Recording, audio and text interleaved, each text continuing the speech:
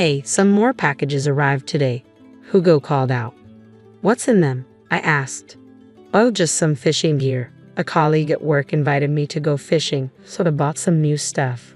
Fishing gear? I felt uneasy seeing my husband Hugo's excitement. Didn't you buy fishing gear when we first got married and never used it? I was too busy to go, but that old gear is outdated. If I'm going, I need new stuff. I see. Is there a problem with that? Hugo's tone became defensive. It's not that, but my colleague was kind enough to invite me. I can't just say no. I have work, you know. I can't dwell on sentiment like you do. I understood what Hugo was saying, but it was hard to believe we were a couple sharing the same sorrow when he seemed so happy, like nothing had happened. I'm Cynthia, 33 years old, and we've been married for 6 years. Hugo was making these fishing plans just 2 months after our daughter passed away. I still couldn't get over my grief, but I couldn't understand how Hugo seemed so unaffected. My father-in-law, Wilson, passed away in our 2nd year of marriage. He adored his granddaughter and loved her more than anything. I wonder if they're together in heaven now. That's the only thought that comforts me. Before he died, Wilson told me, don't let Hugo and your mother-in-law Rachel handle the money. I realized after getting married that Hugo and Rachel are big spenders. They spend without thinking if they have money. That's why Wilson always managed the finances. Wilson was a gentle soul, always looking out for me. Having no family of my own, he was like a real father to me, and his death hit me hard.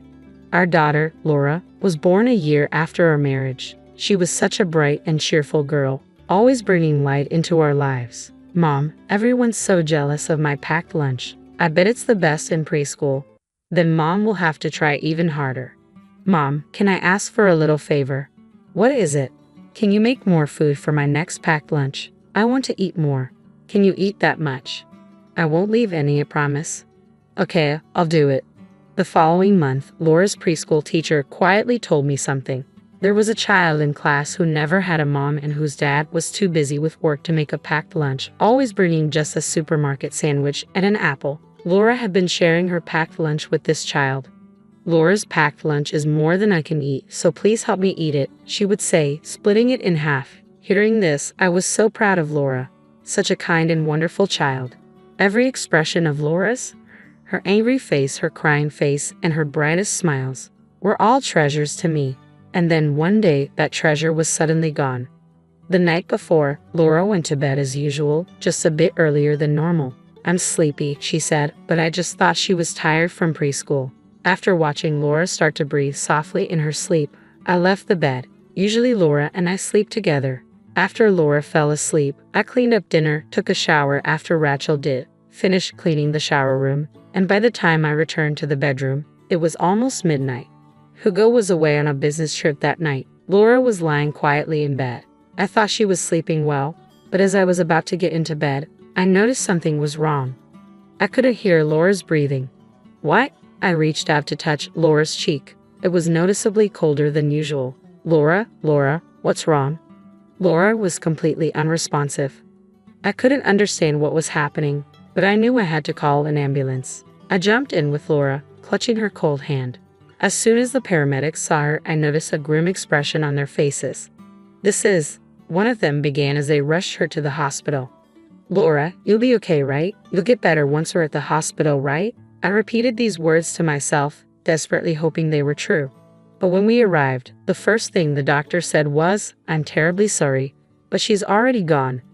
I became frantic, begging the doctor to examine Laura over and over. It couldn't be true. She was fine before bed. The cause was unknown. These sudden events can happen even with small children, the doctor said. I had heard such things before, but never imagined it could happen to my own child. Laura and I had only lived together for 4 short years. I thought we had decades ahead of us. I couldn't believe she was suddenly gone. Overwhelmed, I panicked and passed out. When I woke up, Hugo and Rachel were there, having been notified of what happened. I realized I had forgotten to call Rachel when I left the house. Where's Laura? I hoped it was all a bad dream, but Hugo gestured that she was gone. How can this be? Neither Hugo nor Rachel said anything, but their eyes seemed to confirm my worst fears. For a while, I was almost catatonic. I cried looking at Laura's things, cried watching her favorite cartoons, and cried remembering her in everything I did. At first, Hugo didn't say anything, but gradually he began to sigh audibly and mutter, "She's so morbid." Rachel too started to nag me. "Hey, how long are you going to be in a daze? Housework is Cynthia's job, isn't it? Could you please get it together?" "I'm sorry," I said, knowing I shouldn't be like this. But my heart was heavy and I just couldn't function as efficiently as before. Yet, as they say, time heals. About 6 months later, I started to manage the daily routines normally again. Hugo did cry a bit at the funeral, but he was never what you would call a doting father. He preferred playing games over spending time with Laura, which is why she wasn't very attached to him. Maybe Hugo wasn't as heartbroken because he didn't feel much of a connection as a parent.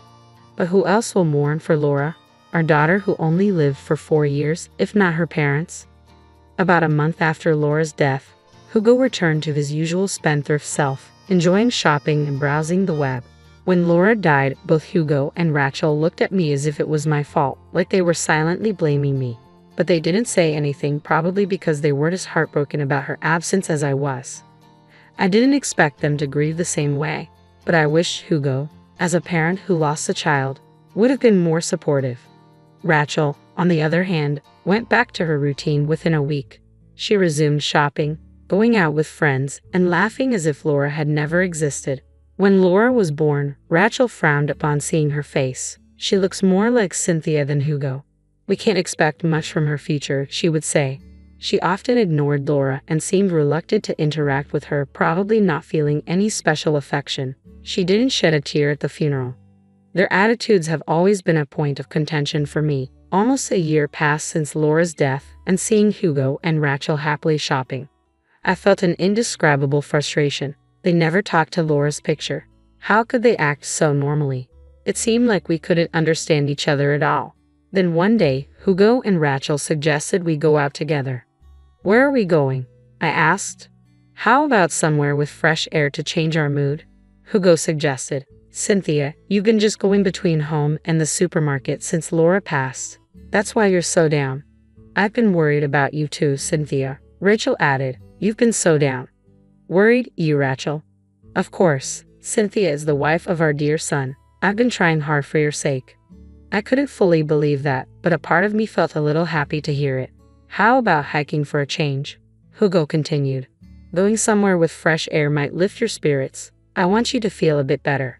"You really thought that?" "Of course, I'm your husband. It's natural to worry about my wife." "But you didn't seem that down."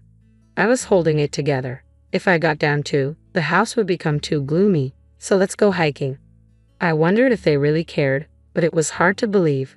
"Laura would want you to be happy, Cynthia. Think of this as a tribute to her," Hugo said. That moved me. I knew Laura wouldn't want me to cry forever. That's something I've always known in my head. "But I've never hiked before," I said. "Don't worry, even I can climb it. It's more like a light hike," Hugo reassured me. "Well, if Hugo and Rachel insist." "Great, I'm looking forward to it." So I agreed to go hiking with Hugo and Rachel. We drove to the foot of the mountain and started our ascent. It was a sunny day and many people were around, which felt reassuring. But as we reached the midway point, the crowd thinned despite being told it was a beginner's course. I was surprised by the roughness of the terrain, yet Hugo and Rachel walked with ease, familiar with the area. "Hey, let's take this path," Hugo suggested. "Ha! Yeah, it looks less crowded. Let's go that way," Rachel agreed. "But shouldn't we follow the path everyone else is taking?" I asked, feeling uneasy. "It's fine. I've been here before and know the way. This path is straightforward, and you can't get lost," Hugo reassured me. "If Hugo says it's okay, then it must be," Rachel added. "Trust me, there's a really scenic spot just ahead, Cynthia. You'll be amazed." Before finishing his sentence, Hugo started walking down the path, followed by Rachel. Reluctantly, I followed them, but the further we went, the more rugged the path became, almost like a trail for animals rather than a proper path. "Wait, are you sure we're on the right path? Can we really get through here?" I asked, my concern growing. "Don't worry, we'll reach a wider path soon. Just keep up," Hugo said confidently. Hugo and Rachel continued, seemingly sure of themselves. Rachel, now 60, was surprisingly nimble, walking more effortlessly than I was. Soon they were far ahead, their figures intermittently visible through the dense foliage. "Wait, don't leave me behind here," I called out. Hurry up. We'll run out of daylight. Hugo's voice echoed from the distance. I hurried, but couldn't catch up. Their heads, once visible, were now out of sight. Hugo, Rachel, I called out in fear, but no reply came. As I moved forward, I lost sight of them completely. I didn't know which way to go. What should I do? I was lost, the words stranded, echoing in my mind. This can't be happening. Maybe I should have stayed put, thinking Hugo would come back for me. But as time passed, neither Hugo nor Rachel appeared. There was no sign of anyone approaching. Knowing I couldn't just stand there, I started walking again, filled with fear. My anxiety grew as I realized I couldn't tell which way was which. I decided to retrace my steps, but even finding my own tracks on this unmarked path was a challenge. I felt like I was getting deeper into the wilderness. Panicking, I stumbled several times, each fall draining more energy. Soon, the surroundings began to darken, and my anxiety intensified. If night fell, I wouldn't be able to descend. The temperature dropped as evening approached. It was late March, but the nights were still cold, especially in the mountains. What would happen if I had to spend the night here? Exhausted, I collapsed against a large tree. I can't go on. I voiced my despair. Thoughts of this being the end of my life crept in, my consciousness fading. In my dimming awareness, I heard a voice I had longed to hear. Mom, Mom. Shocked, I opened my eyes. There was my dear Laura. Laura, is that you? Laura smiled at me. Ah, I must be in heaven, I thought hazily. I reached out to hug Laura, but she seemed to slip through my arms, flying away. Laura, Mom is over here. Laura turned and started running. Wait, I reflexively stood up to follow Laura, feeling strangely energized despite my earlier exhaustion. This couldn't be the real world, but if it meant holding Laura again, I didn't care if it was a dream. When I thought of that, I naturally felt motivated. I felt invigorated and chased after Laura. Laura, wait, I called. Laura turned back, smiling. It felt like playing tag with Laura, a joyful feeling. Before I knew it, I had reached the foot of the mountain, and Laura was gone. Laura, where are you? Laura was nowhere to be seen. Had I just seen an illusion? Then someone shone a flashlight on me. Are you okay? I got lost on the trail. Are you hurt? Thank you, I'm fine. My family must be waiting for me. I headed down to the parking lot at the foot of the mountain, but our car wasn't there. Had Hugo and Rachel left without me? No way. As I stood there dumbfounded, I saw a faint image of Laura where her car should have been. Laura.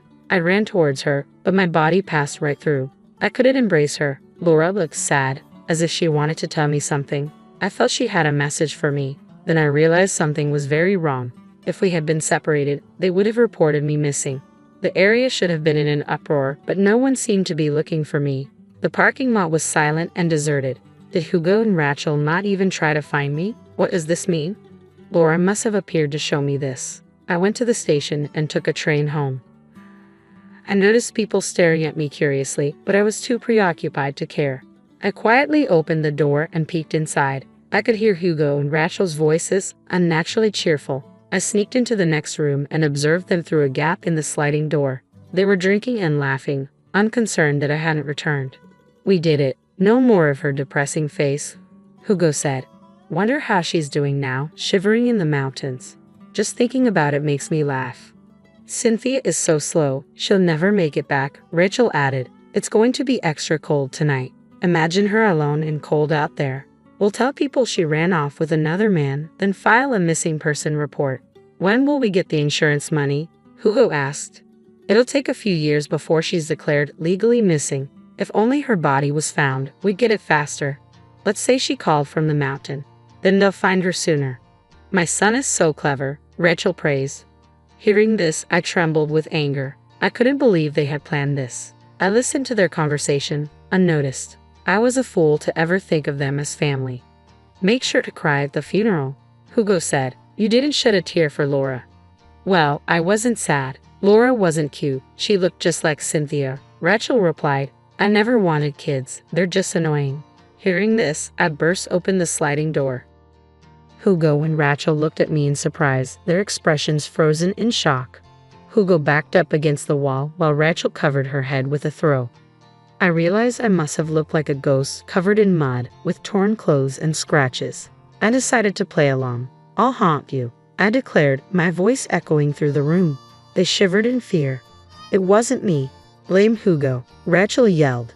What? You agreed. Mom was the one laughing about how cold it must be. Hugo protested.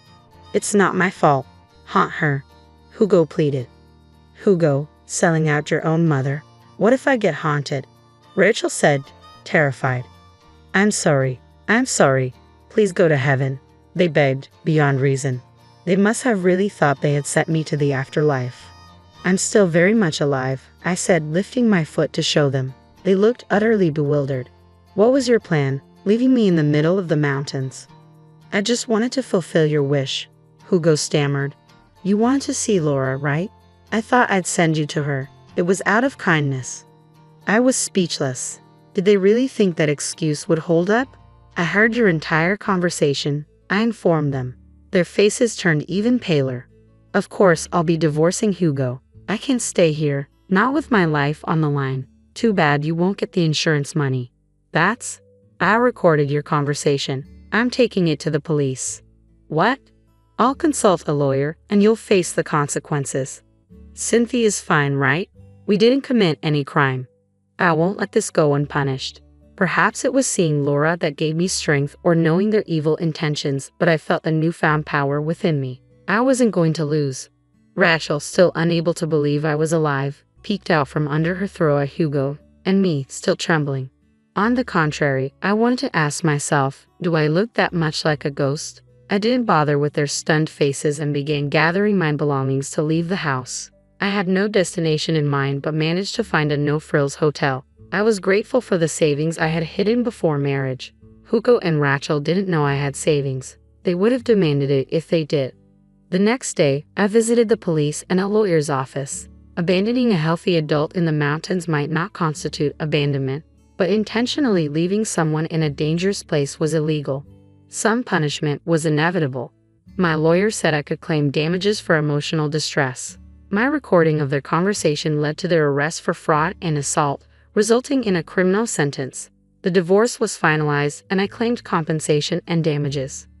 I had secretly saved money just as Wilson advised, slowly transferring small amounts from our living expenses account to another one. Even though the savings were from after marriage, all payments were made to me, leaving Hugo with nothing. I found a place to live and a job. I'll never overcome the grief of losing Laura, but I cherish the happy memories we shared. As long as I have these memories, I won't be lonely. Laura saved my life. She wanted me to live. I'm the only one who can cherish her memories. I'm not alone. Laura's smiling face is always with me. Mom, I love your smile, Laura often said. So I'll keep smiling. The smile Laura loved, and move forward. I'm Kelly, and John and I met right after I finished college. He swept me off my feet with his charm and ambition. Before I knew it, we were married and living in the apartment he'd bought before our wedding. It wasn't anything fancy, but it was ours, and I loved every bit of it. Our daughter Sarah came along soon after. She was perfect, John's blue eyes and my curly hair. I thought we had it all, a loving family, a cozy home, and promising careers ahead of us. I landed a job as a secretary at a small but growing company. The pay wasn't great, but I enjoyed the work and got along well with my coworkers. John, on the other hand, was making his way up at his construction firm. He'd come home with stories of big projects and even bigger deals. I was proud of him, even if his long hours meant I was often alone with Sarah. But something changed in John over time. He'd come home late, eyes narrowed with suspicion. Who called, he'd demand, or why were you all dressed up? At first, I laughed it off, but soon his jealousy became suffocating. One night, after he'd grilled me about a work event, I confronted him.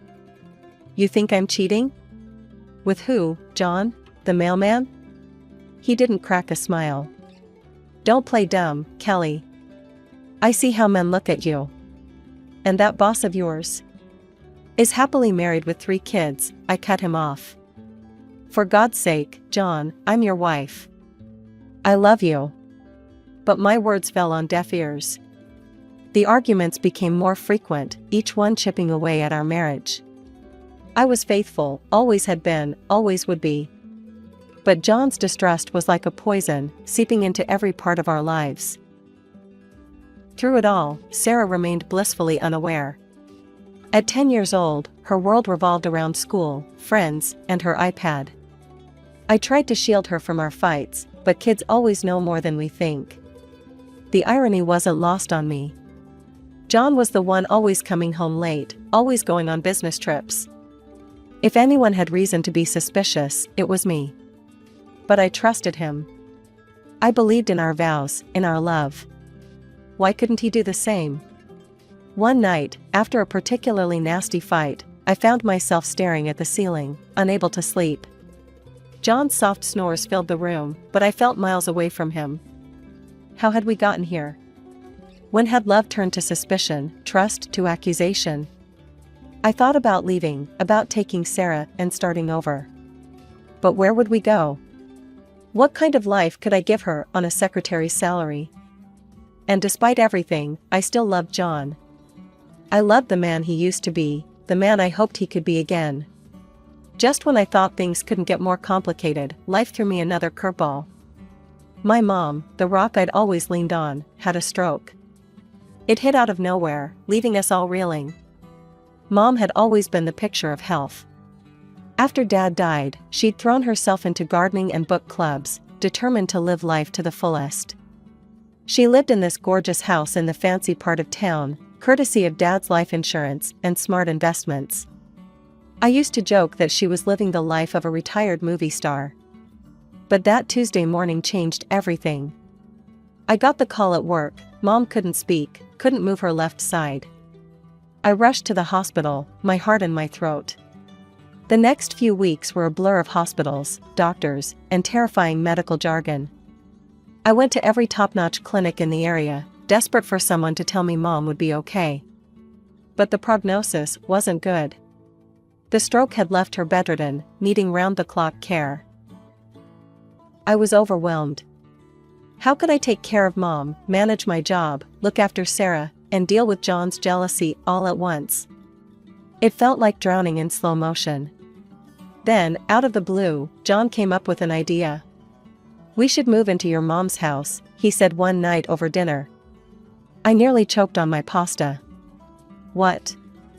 "Think about it, Kelly," he continued, his eyes lighting up. "It's a great house in a fantastic neighborhood. Sarah would have her own room, maybe even a playroom. Your mom needs care, and you'd be right there. Plus, we could rent out this apartment for some extra cash." I had to admit, it made sense. Mom's house was way nicer than our apartment, and the idea of not having to commute to take care of her was appealing. But still, it felt weird. "I don't know, John," I hesitated. "It's Mom's house. We can't just barge in." "Ask her," he insisted. "I bet she'd love the company. It's better than a nursing home, right?" He had a point there. Mom had made it crystal clear she didn't want to end up in a glorified prison for old people, as she called it. Maybe this could work. The next day, I broached the subject with Mom. To my surprise, her face lit up at the idea.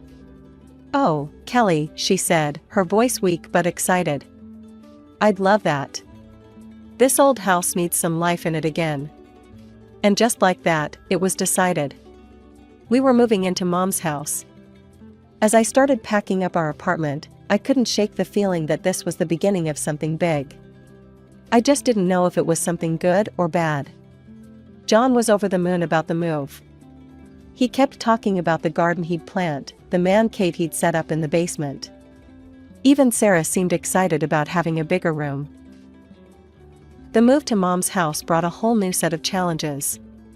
I quickly realized that taking care of a stroke patient was a full-time job, one I wasn't equipped to handle alone. After a week of sleepless nights and stress-filled days, I hired a nurse to help out during the day. Nurse Jenny was a godsend. She came in every morning at 8 and stayed until 6, taking care of Mom's basic needs. But evenings and nights were all on me. I'd come home from work, exhausted, only to start my second shift as Mom's caretaker. The stroke had affected her speech, leaving her frustrated and often silent. I'd change her diaper, giving her as much dignity as I could in the process. Then came the sponge bath, the massage to keep her muscles from atrophying, the meds, and finally, dinner. It was grueling work, both physically and emotionally. Seeing my vibrant, independent mother reduced to this state broke my heart every day. But I did it because I loved her, because she'd have done the same for me. What I didn't expect was Sarah's reaction to her grandmother's condition. At 11, I thought she'd be old enough to understand, to help even. Boy, was I wrong. One evening, as I was heading to Mom's room, I saw Sarah dart past, her hand clamped firmly over her nose. "Sarah," I called out. "Where are you going? Don't you want to say hi to Grandma?" She shook her head violently. "No way. It smells gross in there." I was shocked. "Sarah, that's not a nice thing to say. Grandma needs our help and support right now." "I don't care," she spat back. "She's disgusting. I'm not going near her." Before I could respond, she stormed off to her room, slamming the door behind her. I stood there, stunned and hurt. Where had my sweet little girl gone? I turned to John for support, but found none. "Not my problem," he'd say whenever I asked for help with Mom. I didn't sign up for this. It stung, but I couldn't entirely blame him. He hadn't signed up for this. None of us had. Still, I couldn't help but feel resentful as I watched him play video games with Sarah or take her out for ice cream while I was elbow deep in adult diapers and medication schedules. The one silver lining was seeing how close John and Sarah had become. They'd always had a good relationship, but now it seemed stronger than ever. I'd hear them laughing together in the living room or see them huddled over Sarah's homework at the kitchen table. It warmed my heart, even as it made me feel more isolated. 2 years flew by in a blur of bedpans, medications, and stolen moments of sleep. Mom's condition had stabilized, but she still needed constant care. I was exhausted, but I'd found a rhythm. Then, one ordinary Tuesday, everything fell apart. The phone rang while I was changing Mom's sheets. It was Mrs. Peterson, our old neighbor from the apartment complex. "Kelly, dear," she said, her voice dripping with faux concern, "I thought you should know. I've been seeing John around quite a bit, with company of young women. Different ones. Always very pretty." I thanked her and hung up, my mind reeling. That night, I confronted John. "Oh, those are just potential tenants," he said smoothly. "I'm showing them the apartment." I wanted to believe him. I really did. But doubt had taken root, and it grew like a weed. A week later, I found the lipstick stain. It was on the collar of his white shirt, a perfect crimson kiss. My hand shook as I held it up to the light, trying to convince myself it was just a pen mark or a food stain. But I knew better. I waited until his next business trip to make my move. With trembling hands, I unlocked the door to our old apartment. The sounds coming from the bedroom confirmed my worst fears before I even opened the door. There was John, in our bed, with a woman I'd never seen before. They scrambled to cover themselves, but the damage was done. "Kelly," John exclaimed, not even having the decency to look ashamed. "What are you doing here?" I couldn't speak. I just stood there, staring at the scene before me, feeling my world crumble around me. "Look," John said, his voice cold, "I'm sorry you had to find out this way. But let's be honest, Kelly. I'm bored. You're always busy with your mother. This is exciting." His words cut deeper than any knife. Without a word, I turned and left, my mind already racing towards what I needed to do next. The divorce proceedings were ugly. John fought me every step of the way, but in the end, we stood before a judge, dividing up our life together like it was nothing more than assets on a balance sheet. Then came the hardest part, custody of Sarah. At 12, she was old enough to have a say, and her choice broke my heart. "I want to live with Dad," she declared, her voice steady. "I don't want to be around Grandma anymore. It's gross and depressing. And Mom's always trying to make me help." The judge nodded sympathetically. He took into account John's higher income, the stability he could provide, and Sarah's clear preference. In the end, John was awarded primary custody. I was devastated, but I tried to focus on what was best for Sarah. John could give her opportunities one couldn't: private school, dance lessons, summer camps. We agreed on weekends and holidays for me, a schedule that looked so neat and tidy on paper, but felt like a gaping wound in my heart. As I watched Sarah pack up her things, chatting excitedly about her new room at Dad's new place, I felt like I was losing everything. My marriage was over, my daughter was leaving, and I was left with a house that felt more like a hospital than a home. The first few months after the divorce were tough, but I clung to my weekends with Sarah like a lifeline. We'd go to the movies, have ice cream in the park, or just hang out at home. It wasn't perfect, but it was something. Then, slowly, things began to change. Sarah started canceling plans. "I have a sleepover," she'd say. Or, "Dad's taking me to a concert." I tried to be understanding, to be the cool mom who didn't make a fuss. But each cancellation felt like a knife twisting in my gut. Soon, the cancellations became more frequent. Weeks would go by without a visit. My calls went straight to voicemail. Text messages were met with one-word responses, if I got any response at all. One Sunday, after yet another canceled visit, I decided to call Sarah directly. The phone rang once, twice, then went to voicemail. I tried again. This time, a robotic voice informed me that the number I was trying to reach had blocked my calls. My hand shook as I dialed John's number. "What do you want, Kelly?" His voice was cold, annoyed. "John, I can't reach Sarah. She's blocked my number." "What's going on?" There was a long pause. Then, "Look, Kelly, Sarah doesn't want to talk to you right now. You need to respect that." "Respect that? She's my daughter. She's also a person with her own feelings," John shot back. "And right now, she doesn't want to be around all that negativity at your place. I mean the sickness, the sadness. Sarah needs stability. She needs a normal family. Sarah sees Lisa as a mother figure now. She has a normal family life here. 2 parents, no sick relatives, no drama. Why can't you just let her be happy?" I couldn't speak. Tears were streaming down my face, and I was glad John couldn't see me. "Look," he continued, his voice softening slightly, "I know this is hard. But if Sarah doesn't want to see you right now, you need to respect that. Don't force it. It'll only push her away more." I wanted to scream, to argue, to demand my rights as a mother. But a small, rational part of my brain whispered that he might be right. If I pushed too hard, I might lose Sarah forever.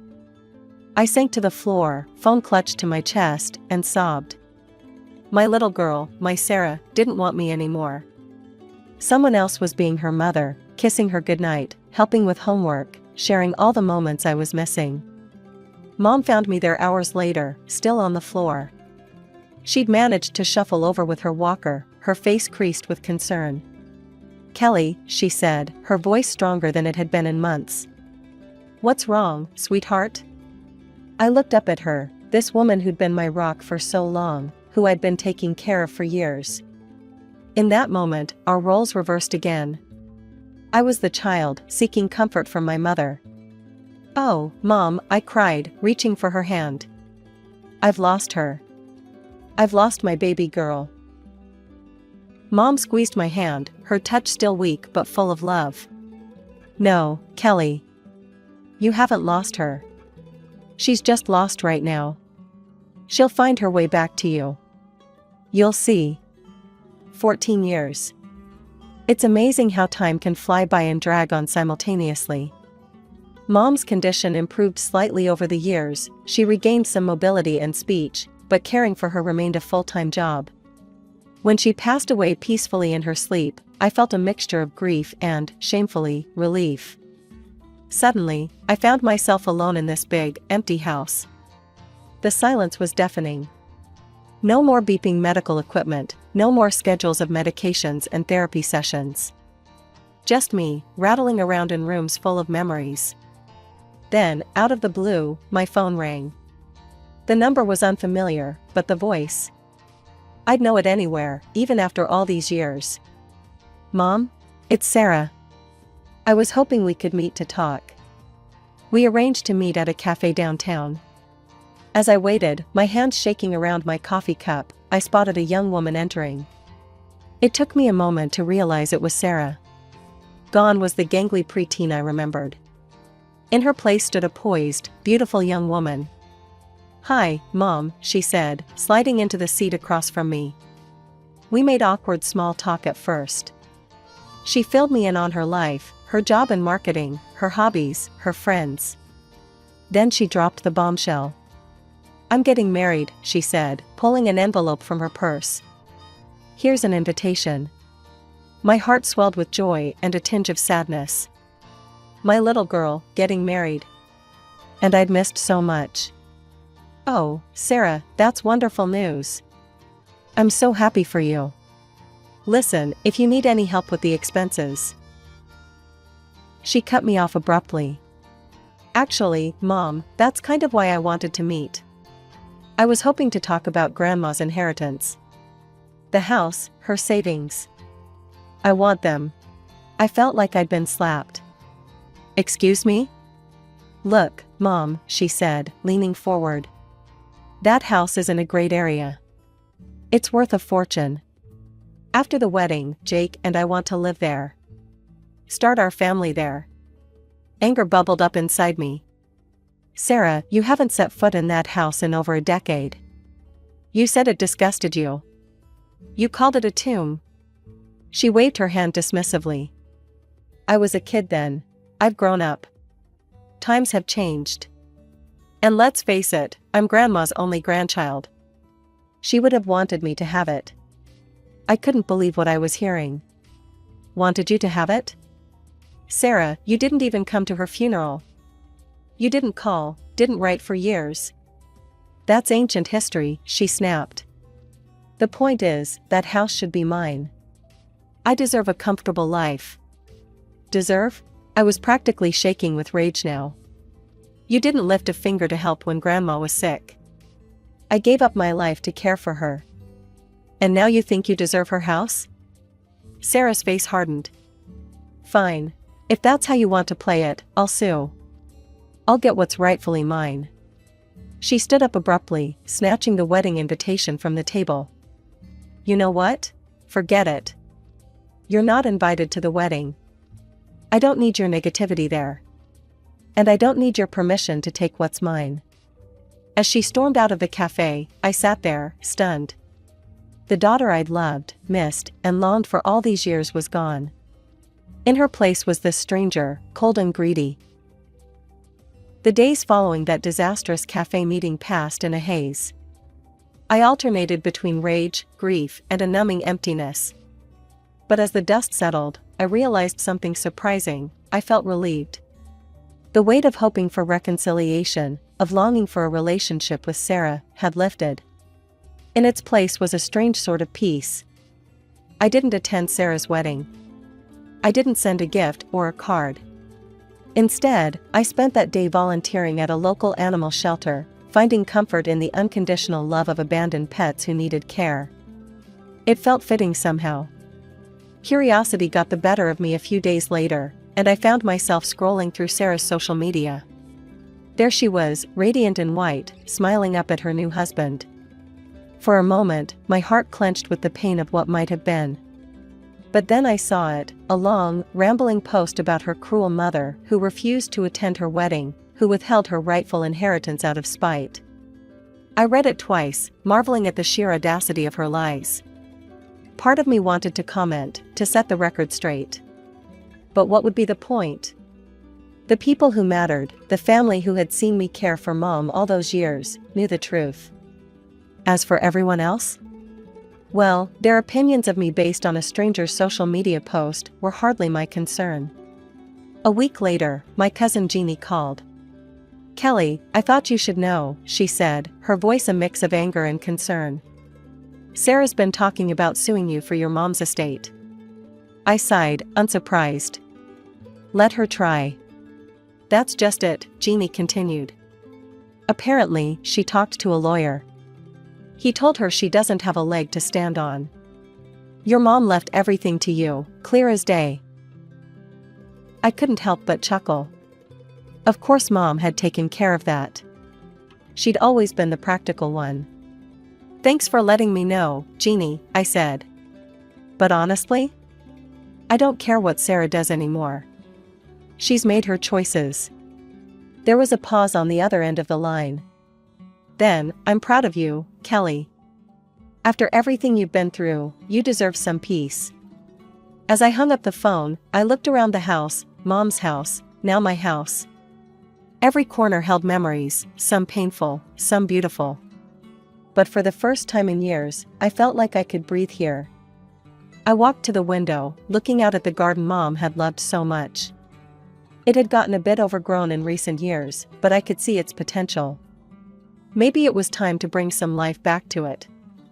As I stood there, planning my next trip to the garden center, I realized something. The chapter of my life revolving around Sarah, the hope, the pain, the longing, was finally closing. But that didn't mean my story was over. Far from it. The garden was in full bloom when the call came. I'd spent the past few months throwing myself into its restoration, finding solace in the simple act of nurturing life.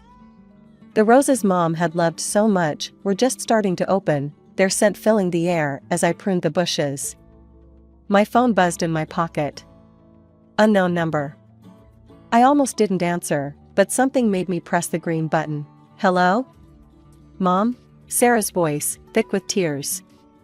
Mom, I need your help. I froze, pruning shears still in hand. Sarah, what's wrong? I'm pregnant, she sobbed. And we're struggling. Mom, I need money. You have to help me. You can't leave your grandchild without anything. I listened silently as she rambled on, her words becoming more frantic, more accusatory. You abandoned me, Mom. You never tried to contact me, never fought for me. And now you're going to abandon your grandchild too? Something inside me snapped. Not with anger, but with a calm, unshakable resolve. Sarah, I said, my voice steady. That's enough. She fell silent, probably shocked that I'd interrupted her tirade. I never abandoned you. I sent child support every month without fail. I called, I texted, I emailed. You blocked my number. You chose your stepmother. You made your decisions, and I respected them, even when they broke my heart. But Mom. No, Sarah, I'm not finished. You're an adult now, about to be a parent yourself. It's time you took responsibility for your choices and your life. I'm not your bank. I'm not your safety net. And I'm not going to be manipulated by lies and guilt trips. I could hear her breathing heavily on the other end of the line. If you need help, go to your father and stepmother. They're your real family, remember? The ones you chose. I've made my peace with that. Now you need to make peace with the consequences of your choices. You can't do this, Sarah cried. I'm your daughter. Yes, you are, I said, my voice softening slightly. And I'll always love the little girl you were. But I don't know the woman you've become. And I don't think I want to. I took a deep breath. Goodbye, Sarah.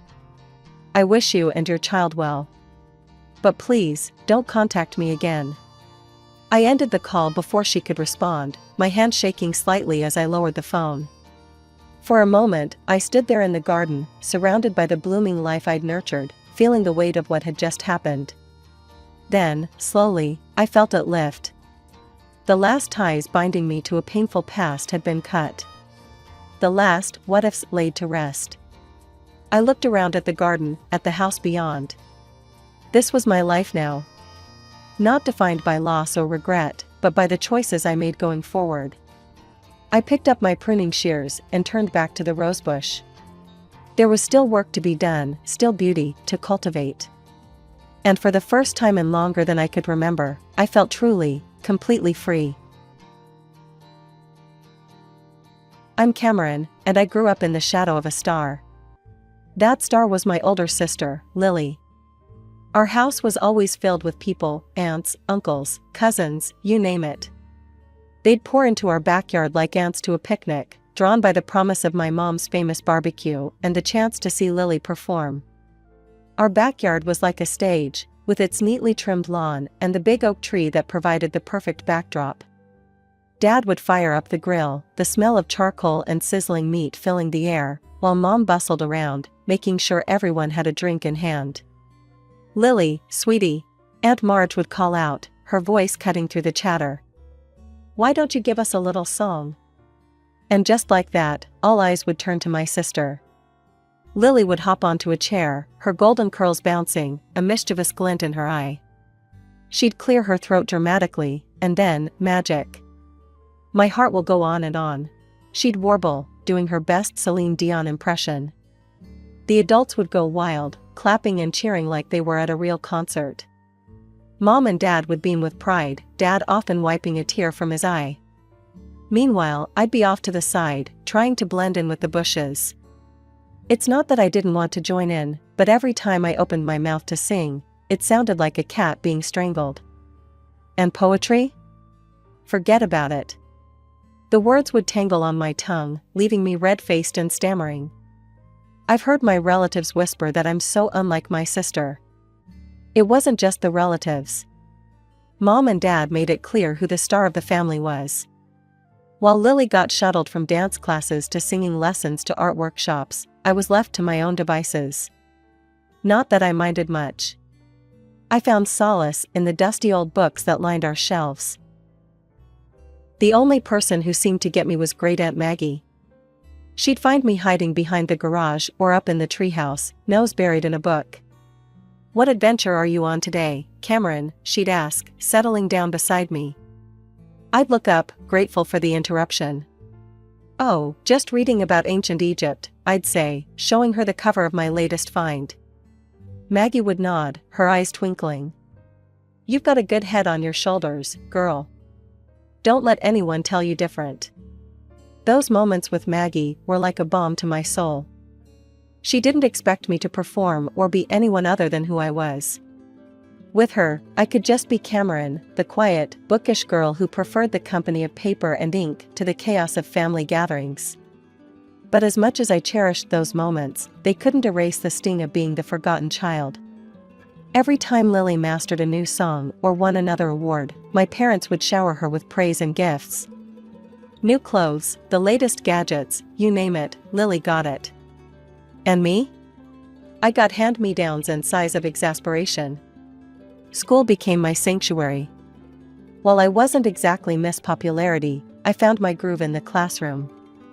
I wasn't content to just sit there and let the lessons wash over me.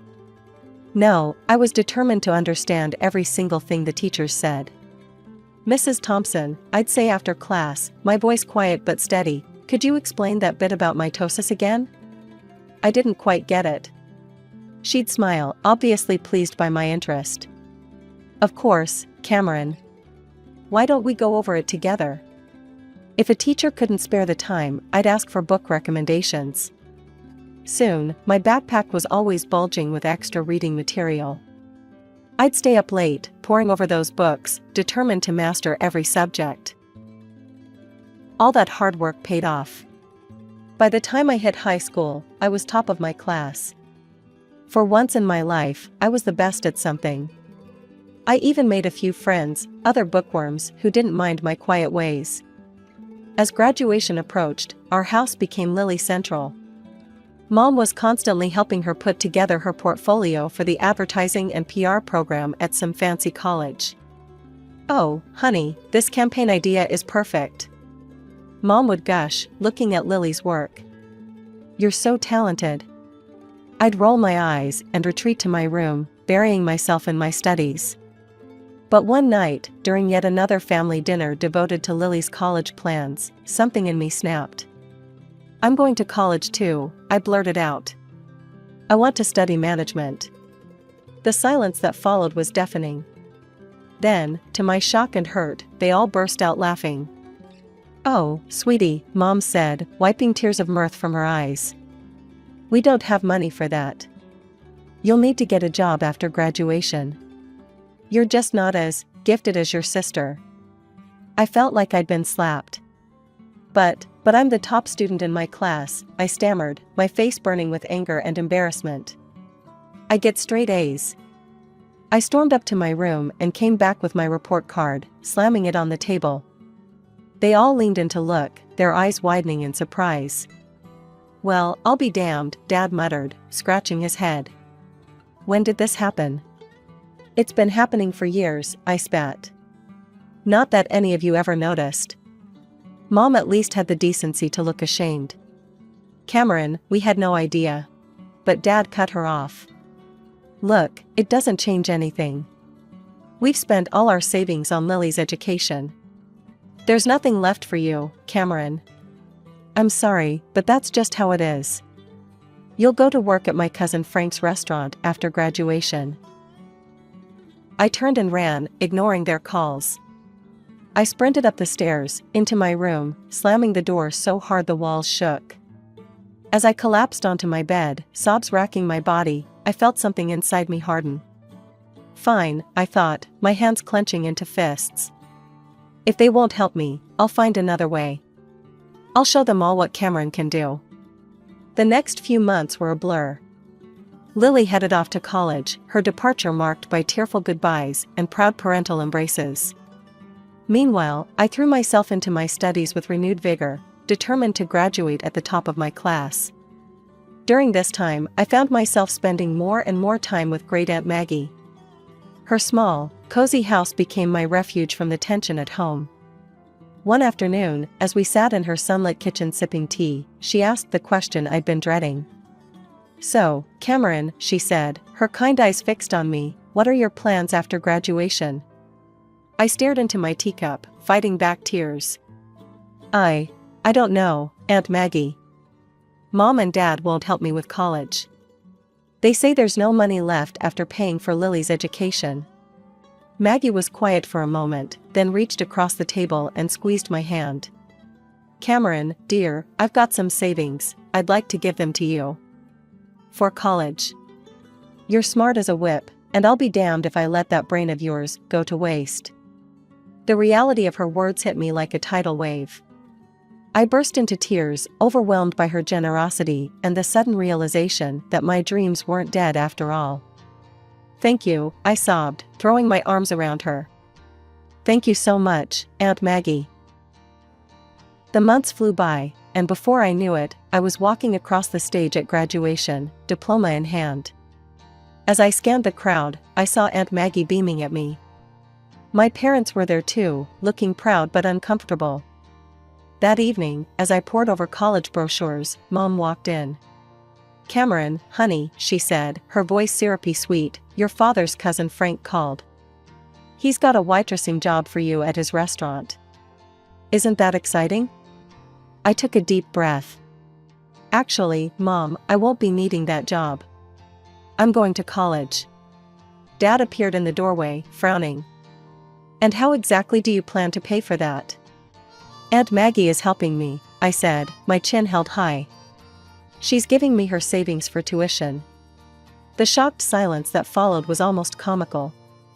Then, to my disbelief, Dad's face turned red with anger. Absolutely not, he bellowed. If Maggie's got money to spare, it should go to Lily. She needs a car for her job in advertising after she graduates next year. I couldn't believe what I was hearing. Are you serious? I spat. This is my chance to get an education, to make something of myself. Don't be selfish, Cameron, Mom chimed in. Your sister needs that money more than you do. No, I said, my voice shaking but firm. This is my money now, and I'm using it for college. End of discussion. From that moment on, life at home became unbearable. My parents either ignored me completely or snapped at me over the smallest things. The tension was suffocating. After a particularly nasty argument, I called Aunt Maggie in tears and told her everything. Pack your bags, sweetheart, she said without hesitation. You're moving in with me. The next day, I stuffed everything I owned into a cab and drove away, watching my childhood home shrink in the rearview mirror. As I pulled up to Aunt Maggie's house, I felt a weight lift off my shoulders. The summer flew by in a whirlwind of preparation, and before I knew it, I was stepping onto the campus of State University. Thanks to my stellar grades and Aunt Maggie's generosity, I'd gotten into the management program I'd always dreamed of. My first day of classes, I felt like I was floating on air. As I sat in my introduction to business lecture, drinking in every word, I couldn't help but think, I made it. I'm really here. Meanwhile, Lily was starting her senior year at her fancy college. I hadn't heard much from her or my parents since I'd moved out, but I tried not to let it bother me. I was too busy reveling in my newfound freedom and the excitement of college life. But then, about a month into the semester, Aunt Maggie called me. "Cameron, dear," she said, her voice hesitant, "I think you should sit down for this." My heart raced as she filled me in on the family drama I'd missed. Apparently, Lily had shown up at home out of the blue, announcing she'd dropped out of college. The reason? She was pregnant. According to Aunt Maggie, Lily had been flippant about the whole thing. "Oh, don't worry," she'd said, tossing her hair. "The baby's father is loaded. We'll be getting married soon." But the story didn't end there. It turned out Lily's boyfriend wasn't as committed as she'd thought. When he found out she'd been sleeping with his friend too, all hell broke loose.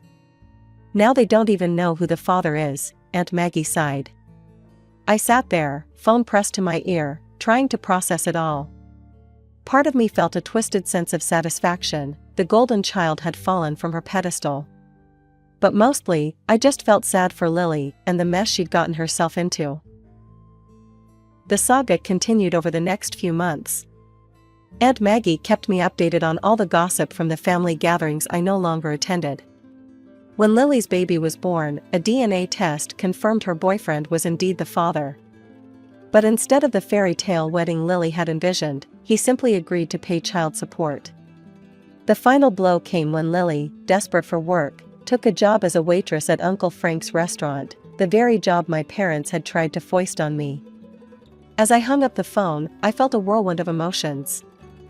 There was a small, petty part of me that wanted to gloat, to rub my success in my family's faces. But mostly, I just felt a profound sense of gratitude for where I was and how far I'd come.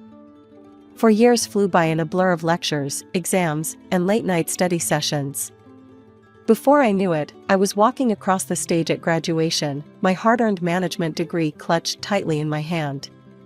As I scanned the crowd, I saw Aunt Maggie beaming at me, tears of pride in her eyes. Thanks to my top grades and glowing recommendations from my professors, I landed a job as a manager at the Gilded Fork, one of the most prestigious restaurants in the city.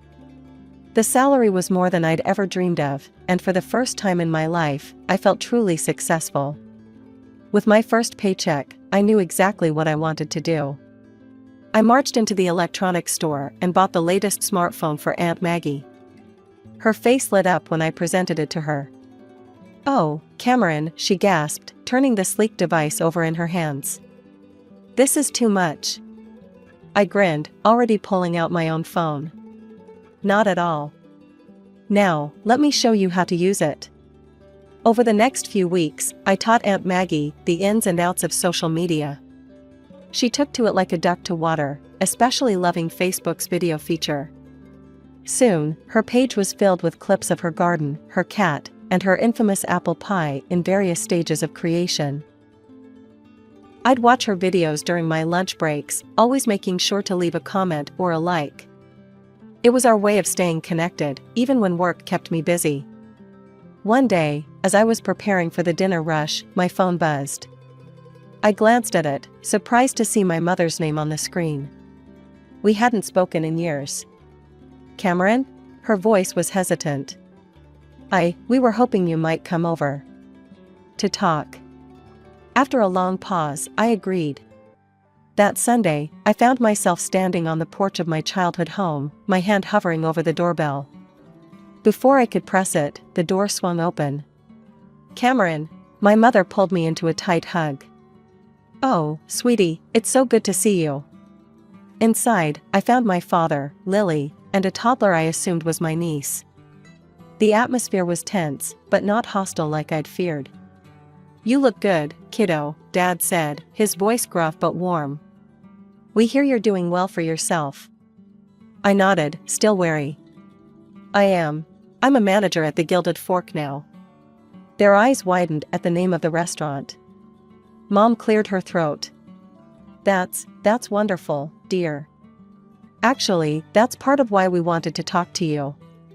Over the next hour, they apologized for how they'd treated me, admitting they'd been wrong to dismiss my potential. Then came the real reason for the reunion.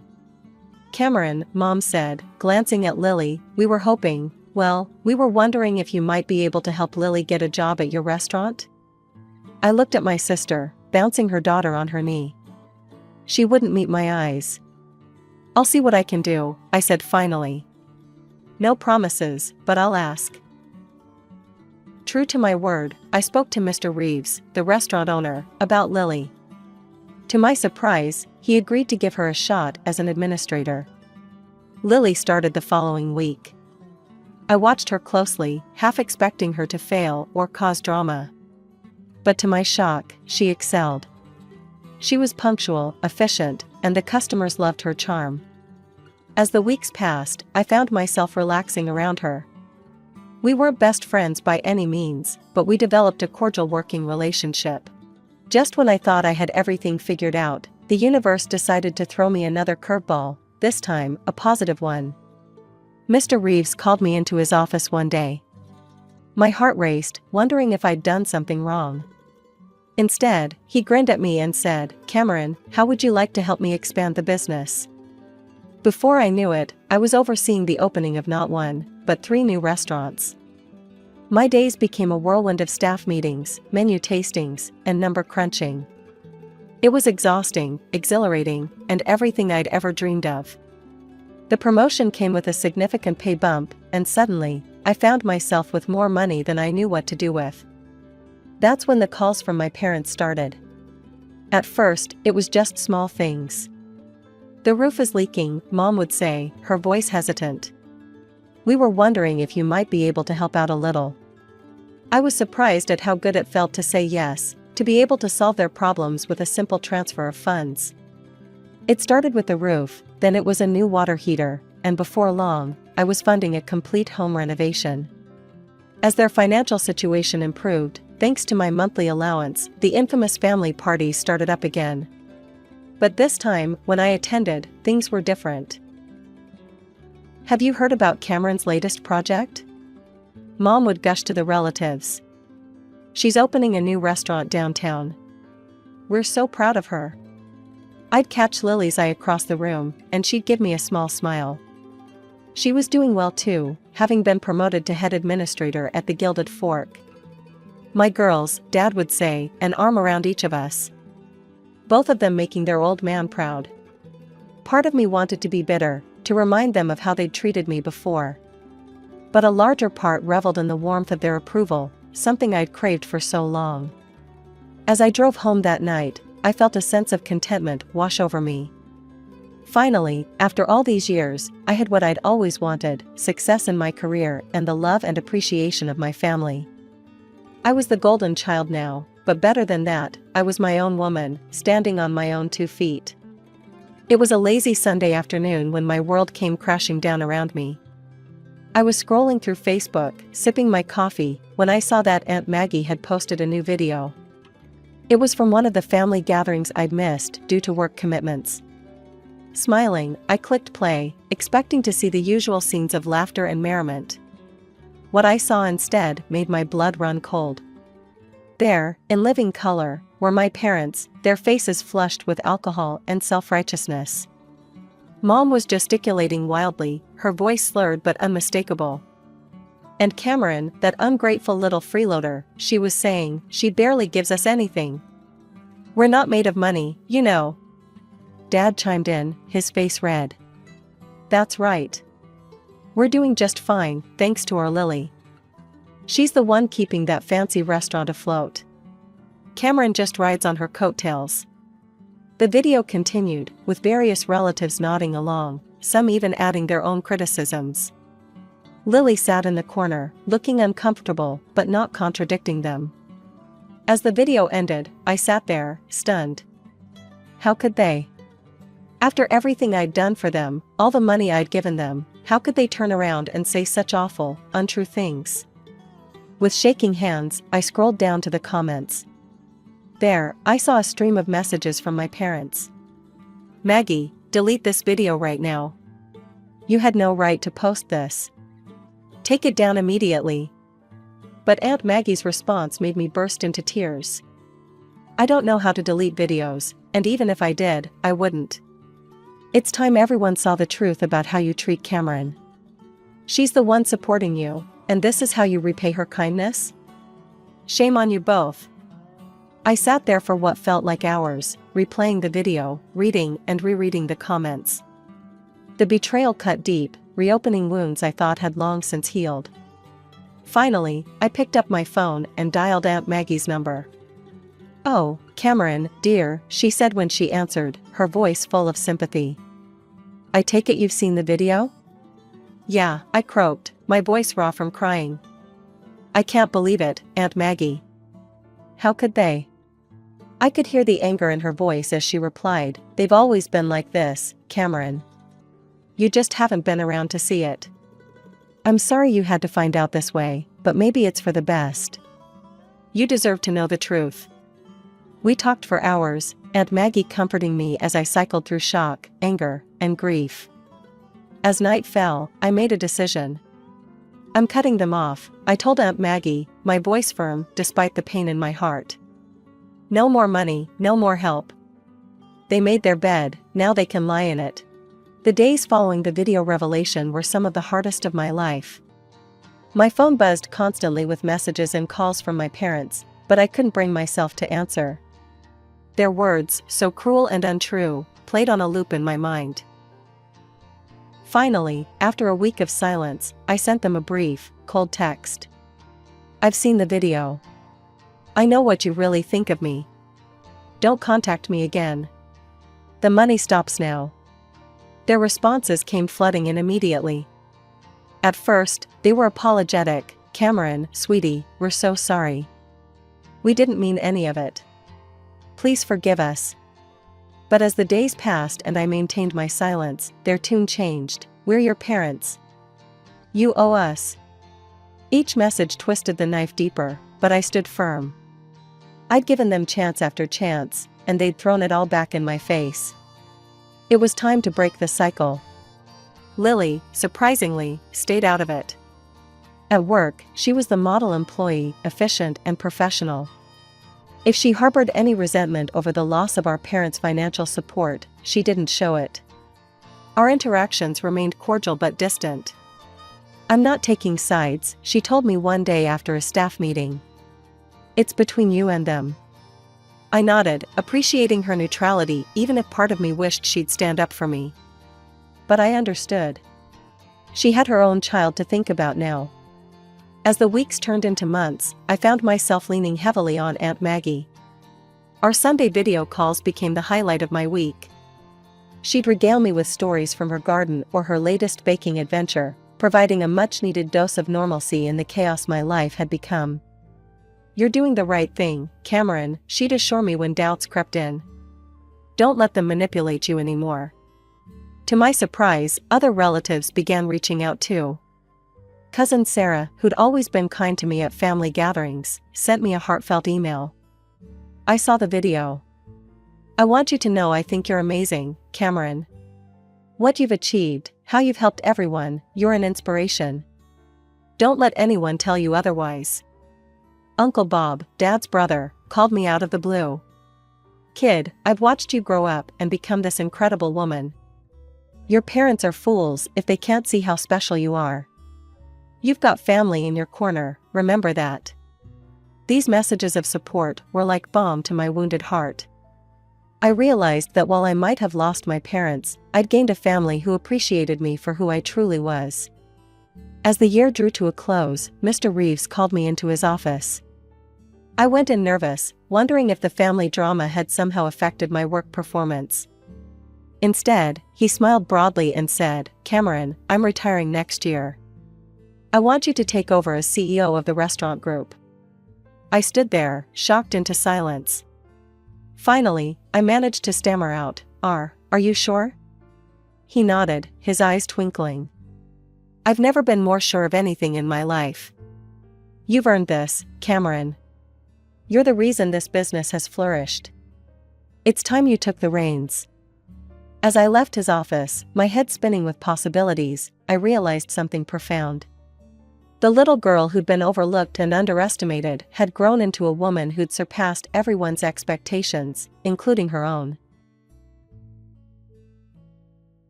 I guess I should start at the beginning. I'm Camilla, and I was born to Jack and Lisa, my parents. Dad was always busy with his business stuff, and Mom was a teacher at the local elementary school. For the first 9 years of my life, things were pretty normal. We lived in a cozy house in the suburbs, had family dinners, went on vacations, the usual stuff. Dad was always working on some new business idea. He'd come home late, his head full of plans and dreams. Mom was the calm one, always there with a hug or a kind word. She'd help me with my homework, bake cookies with me on weekends, and tell me stories before bed. But then, when I was 9, everything fell apart. It was a regular Tuesday evening. I was in my room, playing with my dolls, when I heard shouting from downstairs. It wasn't the normal kind of arguing, this was different, scary. I crept down the stairs, my heart pounding. I saw Mom and Dad in the living room. Dad's face was red, and he was waving his arms around. Mom was crying, mascara running down her cheeks. "How could you, Lisa?" Dad yelled. "With Mark? My God, he's been to our house for dinner." Mom was sobbing now. "I'm sorry, Jack, it just happened. I didn't mean for it to." "Didn't mean for it to what? To destroy our family?" Dad's voice cracked. The next few weeks were a blur. There were hushed phone calls, meetings with people in suits, and a lot of crying, from both Mom and Dad. I didn't fully understand what was happening, but I knew it was bad. Then came the day Dad told me we were leaving. He knelt down in front of me, his eyes tired and sad. "Camilla, honey, you and I are going to be living somewhere else. We're leaving the house for your mom." "Why can't we stay here with Mom?" I asked, my lower lip trembling. Dad looked around the living room, his gaze lingering on the family photos. "It's complicated, sweetie. But we both love you very much. That will never change." As Dad and I drove away from our house, my stuffed animals and favorite books piled in the back seat, I felt like my whole world was crumbling. I didn't know it then, but this was just the beginning of a long, painful journey. Life with Dad turned out to be way different than I expected. At first, I thought we'd be struggling, But Dad's business suddenly took off. Before I knew it, we were moving into this huge house, even bigger than our old one. It was weird, living somewhere so fancy when I still felt so messed up inside. Dad was working all the time. He'd leave before I woke up and come home after I was in bed. A lot of days, I'd end up at Grandma and Grandpa's house, that's Robert and Eleanor, Dad's parents. "Camilla, honey, come help me with these cookies," Grandma would say, trying to keep me busy. Grandpa would take me out to the garden, teaching me the names of all the plants. They were nice and all, but it wasn't the same as having my parents around. When Dad was home, he was different. Stricter, I guess. "Camilla, have you done your homework?" he'd ask as soon as he walked in the door. Or, "Camilla, your room's a mess. Clean it up before dinner." It was like he was trying to be both Mom and Dad, and not really managing either. But I gotta give it to him, he was trying. Every Sunday became what he called Daddy-Daughter Day. We'd go out and do stuff together, just the two of us. Mini golf was his favorite, he'd get so into it, acting all goofy and competitive. "Watch out, Camilla. I'm going for a hole-in-one," he'd shout, making me laugh despite myself. Sometimes we'd go get ice cream. I'd always get the triple chocolate fudge, and he'd pretend to be grossed out. "How can you eat that sugar bomb?" he'd ask, while secretly stealing spoonfuls when he thought I wasn't looking. Other times, we'd hit up the local museum. Dad would read every single plaque out loud, putting on different voices for each one. In 1492, Columbus sailed the ocean blue, he'd say in this ridiculous pirate voice, making me giggle and the other visitors stare. When I turned 10, Dad signed me up for piano lessons. I wasn't too thrilled about it at first, but it turned out to be pretty cool. Dad would come to every recital, sitting in the front row with this big, goofy grin on his face. Even when I messed up, which was a lot, he'd be the first one on his feet, clapping like I'd just won a Grammy or something. But even with all that good stuff, I couldn't help missing Mom. Some nights, when Dad was working late, I'd pull out our old family photo albums. There was Mom, smiling in every picture. I'd trace her face with my finger, trying to remember what her laugh sounded like, or the smell of her perfume. Once a month, like clockwork, I'd get to see Mom. These court-ordered visits became the highlight of my calendar, circled in red and counted down to with a mix of excitement and anxiety. The first time I saw her after the split, it was awkward as hell. We just stood there, staring at each other like strangers. Then Mom burst into tears and pulled me into a hug so tight I could barely breathe. After that, our visits became a whirlwind of activities and indulgence. It was like Mom was trying to cram a month's worth of mothering into a single day. She'd take me shopping, buying me clothes that made me feel grown up and cool. I remember trying on this crop top and thinking I was hot shit. "You look beautiful, sweetie," Mom gushed. When I wore it home, Dad nearly had a heart attack. "Absolutely not," he said, his face turning red. "Go change, now." I stomped up to my room, furious.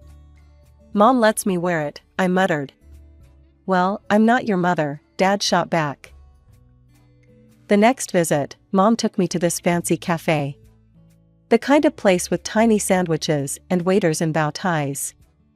"Order whatever you want, honey," Mom said with a wink. I went nuts. Chocolate cake, ice cream sundae, 3 different kinds of soda.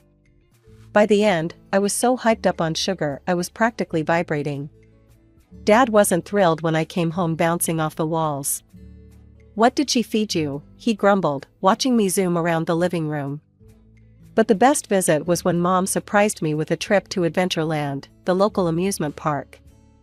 We rode every roller coaster twice, screaming our heads off and laughing until our sides hurt. As we sat on a bench, sharing a massive cotton candy, Mom got this faraway look in her eyes. "Remember when we used to have family picnics in the backyard?" she said softly. "Your dad would burn the burgers, and we'd end up eating ice cream for dinner." I nodded, a lump forming in my throat. Those memories seemed like they belonged to someone else now. Mom squeezed my hand. "I miss those days, Camilla. I miss you. Maybe someday we could be a family again." My heart leapt at her words. "Really?" I asked, hardly daring to hope. She smiled, but it didn't quite reach her eyes. "We'll see, sweetie. We'll see." For weeks after, I'd daydream about moving back in with Mom, about our family being whole again. But then I'd look at Dad, see him trying so hard to make pancakes shaped like Mickey Mouse, and feel guilty for even thinking about leaving. Just before my 12th birthday, Mom dropped a bombshell. She was getting married to Mark. Yeah, that Mark, with whom she'd had an affair with. The wedding was like something out of a fairy tale. Mom looked stunning in her white gown, and Mark, well, he looked happy. I stood there in my frilly bridesmaid dress, watching them exchange vows, and felt torn in two. Part of me was happy for Mom. She was glowing, laughing in a way I hadn't seen in years. But another part of me couldn't help thinking about Dad, alone in our big empty house, probably buried in work or binge-watching some crappy TV show. After Mom and Mark's wedding, things started to change. Our visits took on a new flavor. Mark was always there now, hovering in the background like an eager puppy. He'd ruffle my hair and say stuff like, "I always dreamed of having a daughter just like you, Camilla." It was nice, I guess. weird, but nice. And the way Mom would beam at him when he said it, like he'd just handed her the moon or something, well, that made me feel good too. Like maybe this whole messed up situation could work out after all. Mom started talking more and more about me living with them. She'd go on and on about this room they were planning for me. "It'll have a window seat, Camilla," she'd say, her eyes sparkling. "Just like you always wanted. And we can paint it any color you like." I'd nod and smile, trying to ignore the knot in my stomach. It felt like betraying Dad to even think about it. Our shopping sprees became less frequent. Instead, we'd have these big family dinners at their place. Mark would cook, he wasn't half bad, actually, and then regale us with stories about his work. Mom would hang on his every word, and I'd sit there, pushing food around my plate, feeling like a third wheel in my own family. When I turned 14, everything kicked into high gear. Mom started calling me every week, sometimes more. She'd show up at my school events unannounced, bringing me flowers or taking me out for ice cream after. "You know, Camilla," she'd say, stirring her coffee, "you're old enough now to decide where you want to live. The courts would listen to you." I'd freeze up every time she brought it up. Part of me wanted to jump at the chance, to go back to the way things were before. But another part wasn't so sure anymore. One day, she showed up at my debate club meeting. I was in the middle of arguing about climate change when I saw her slip into the back of the room. After it was over, she rushed up to me, beaming. "Oh, Camilla, you were wonderful," she gushed. "You know, if you lived with us, you could join the debate team at your new school. They're state champions." I felt my stomach clench. "Mom, just think about it, okay," she said, squeezing my arm. "We want you home with us." As I watched her leave, I felt torn in two. Home. What did that even mean anymore? That night, I lay in bed, staring at the ceiling. I thought about Mom and her new perfect life with Mark. I thought about Dad, working himself to the bone to give me everything I needed. I was 14 years old, and the weight of the world felt like it was on my shoulders. How was I supposed to choose? How could I possibly make a decision that wouldn't hurt someone I loved? My 15th birthday was coming up, and instead of being excited, I was dreading it. Mom and Dad were at each other's throats about who would host my party. It all came to a head at this family dinner at Dad's place. "She's been living with me for years, Lisa," Dad growled, stabbing his fork into his steak. "Of course I'm hosting her party." Mom's eyes flashed. "She's my daughter too, Jack. I have a right to celebrate her birthday." I just sat there, pushing my peas around my plate, wishing I could disappear.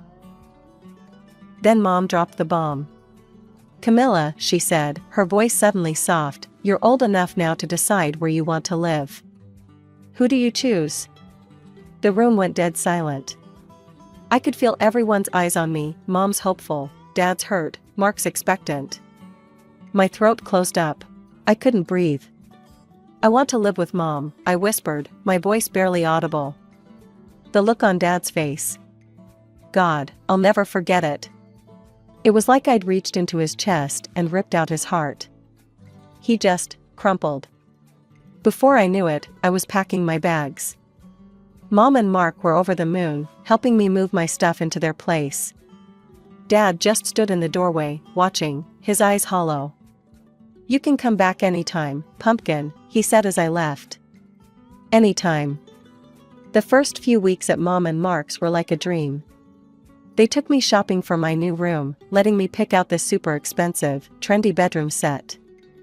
They enrolled me in this fancy private school, Westfield Academy. "You'll get a top-notch education here," Mom gushed. "This is the start of a bright future, Camilla." And the family game nights? They were a blast. We'd play Monopoly or Catan, laughing and trash-talking each other. For a while, I thought I'd made the right choice. But then, things started to change. It started small. Mom making comments about my clothes or my hair. "Honey, are you sure you want to wear that? It's not very flattering." Or, Mark's niece always looks so put together. Maybe you could try styling your hair like hers? Then it was my grades. I was struggling to keep up at Westfield. It was way harder than my old school. A B-, Camilla? Mom frowned, looking at my report card.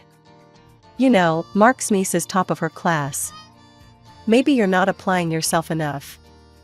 The game nights became less frequent. More and more often, I'd come home to find a note on the fridge, gone out with the Petersons. Leftovers in the fridge. Don't wait up. I'd heat up my dinner and eat alone in my room, staring at the fancy decor that suddenly felt cold and impersonal. The final straw was the vacation. They'd been promising me this amazing trip to Hawaii for months. I was so excited, counting down the days. Then, 2 weeks before we were supposed to leave, Mark sat me down. "Listen, kiddo," he said, not quite meeting my eyes, "we're going to have to postpone the trip. Just some financial stuff we need to sort out. You understand, right?" I nodded, forcing a smile. But inside, I felt something crack. That night, I lay in my fancy new bed, in my fancy new room, in this house that was supposed to be my home, and I cried. I cried for the life I'd left behind, for the dad who was probably sitting alone in his big empty house, for the little girl who thought she could have it all. The days leading up to the final custody hearing were tense. Mom was all smiles and reassurances, but I could feel the undercurrent of anxiety in the house. It was like walking on eggshells, everyone trying to pretend everything was perfect. I couldn't sleep. The pressure of the upcoming hearing, the growing unease I felt in this house, it all swirled in my head, keeping me awake night after night. It was about a week before the hearing when it happened. I woke up in the middle of the night, my throat dry as sandpaper. Figuring everyone was asleep, I crept downstairs for a glass of water. As I reached the bottom of the stairs, I heard voices coming from the kitchen. Mom and Mark, having what sounded like a heated discussion. I froze, not wanting to interrupt. That's when I heard it. "I'm tired of pretending that I like having her here," Mark's voice, harsh and annoyed. "The kid is constantly draining our resources." My heart stopped. I pressed myself against the wall, hardly daring to breathe. I know, Mom replied, her voice low and urgent. "But think about the tax breaks and the alimony.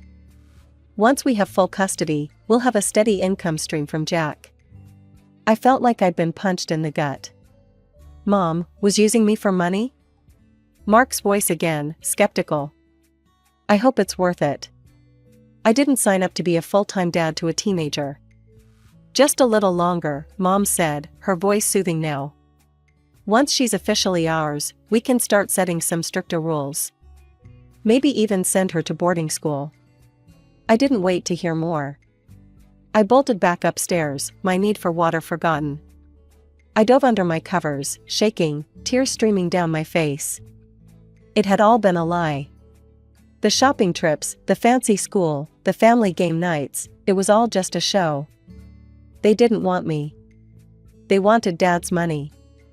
I barely slept that night, replaying their words over and over in my head. When morning came, I dragged myself downstairs, feeling like a zombie.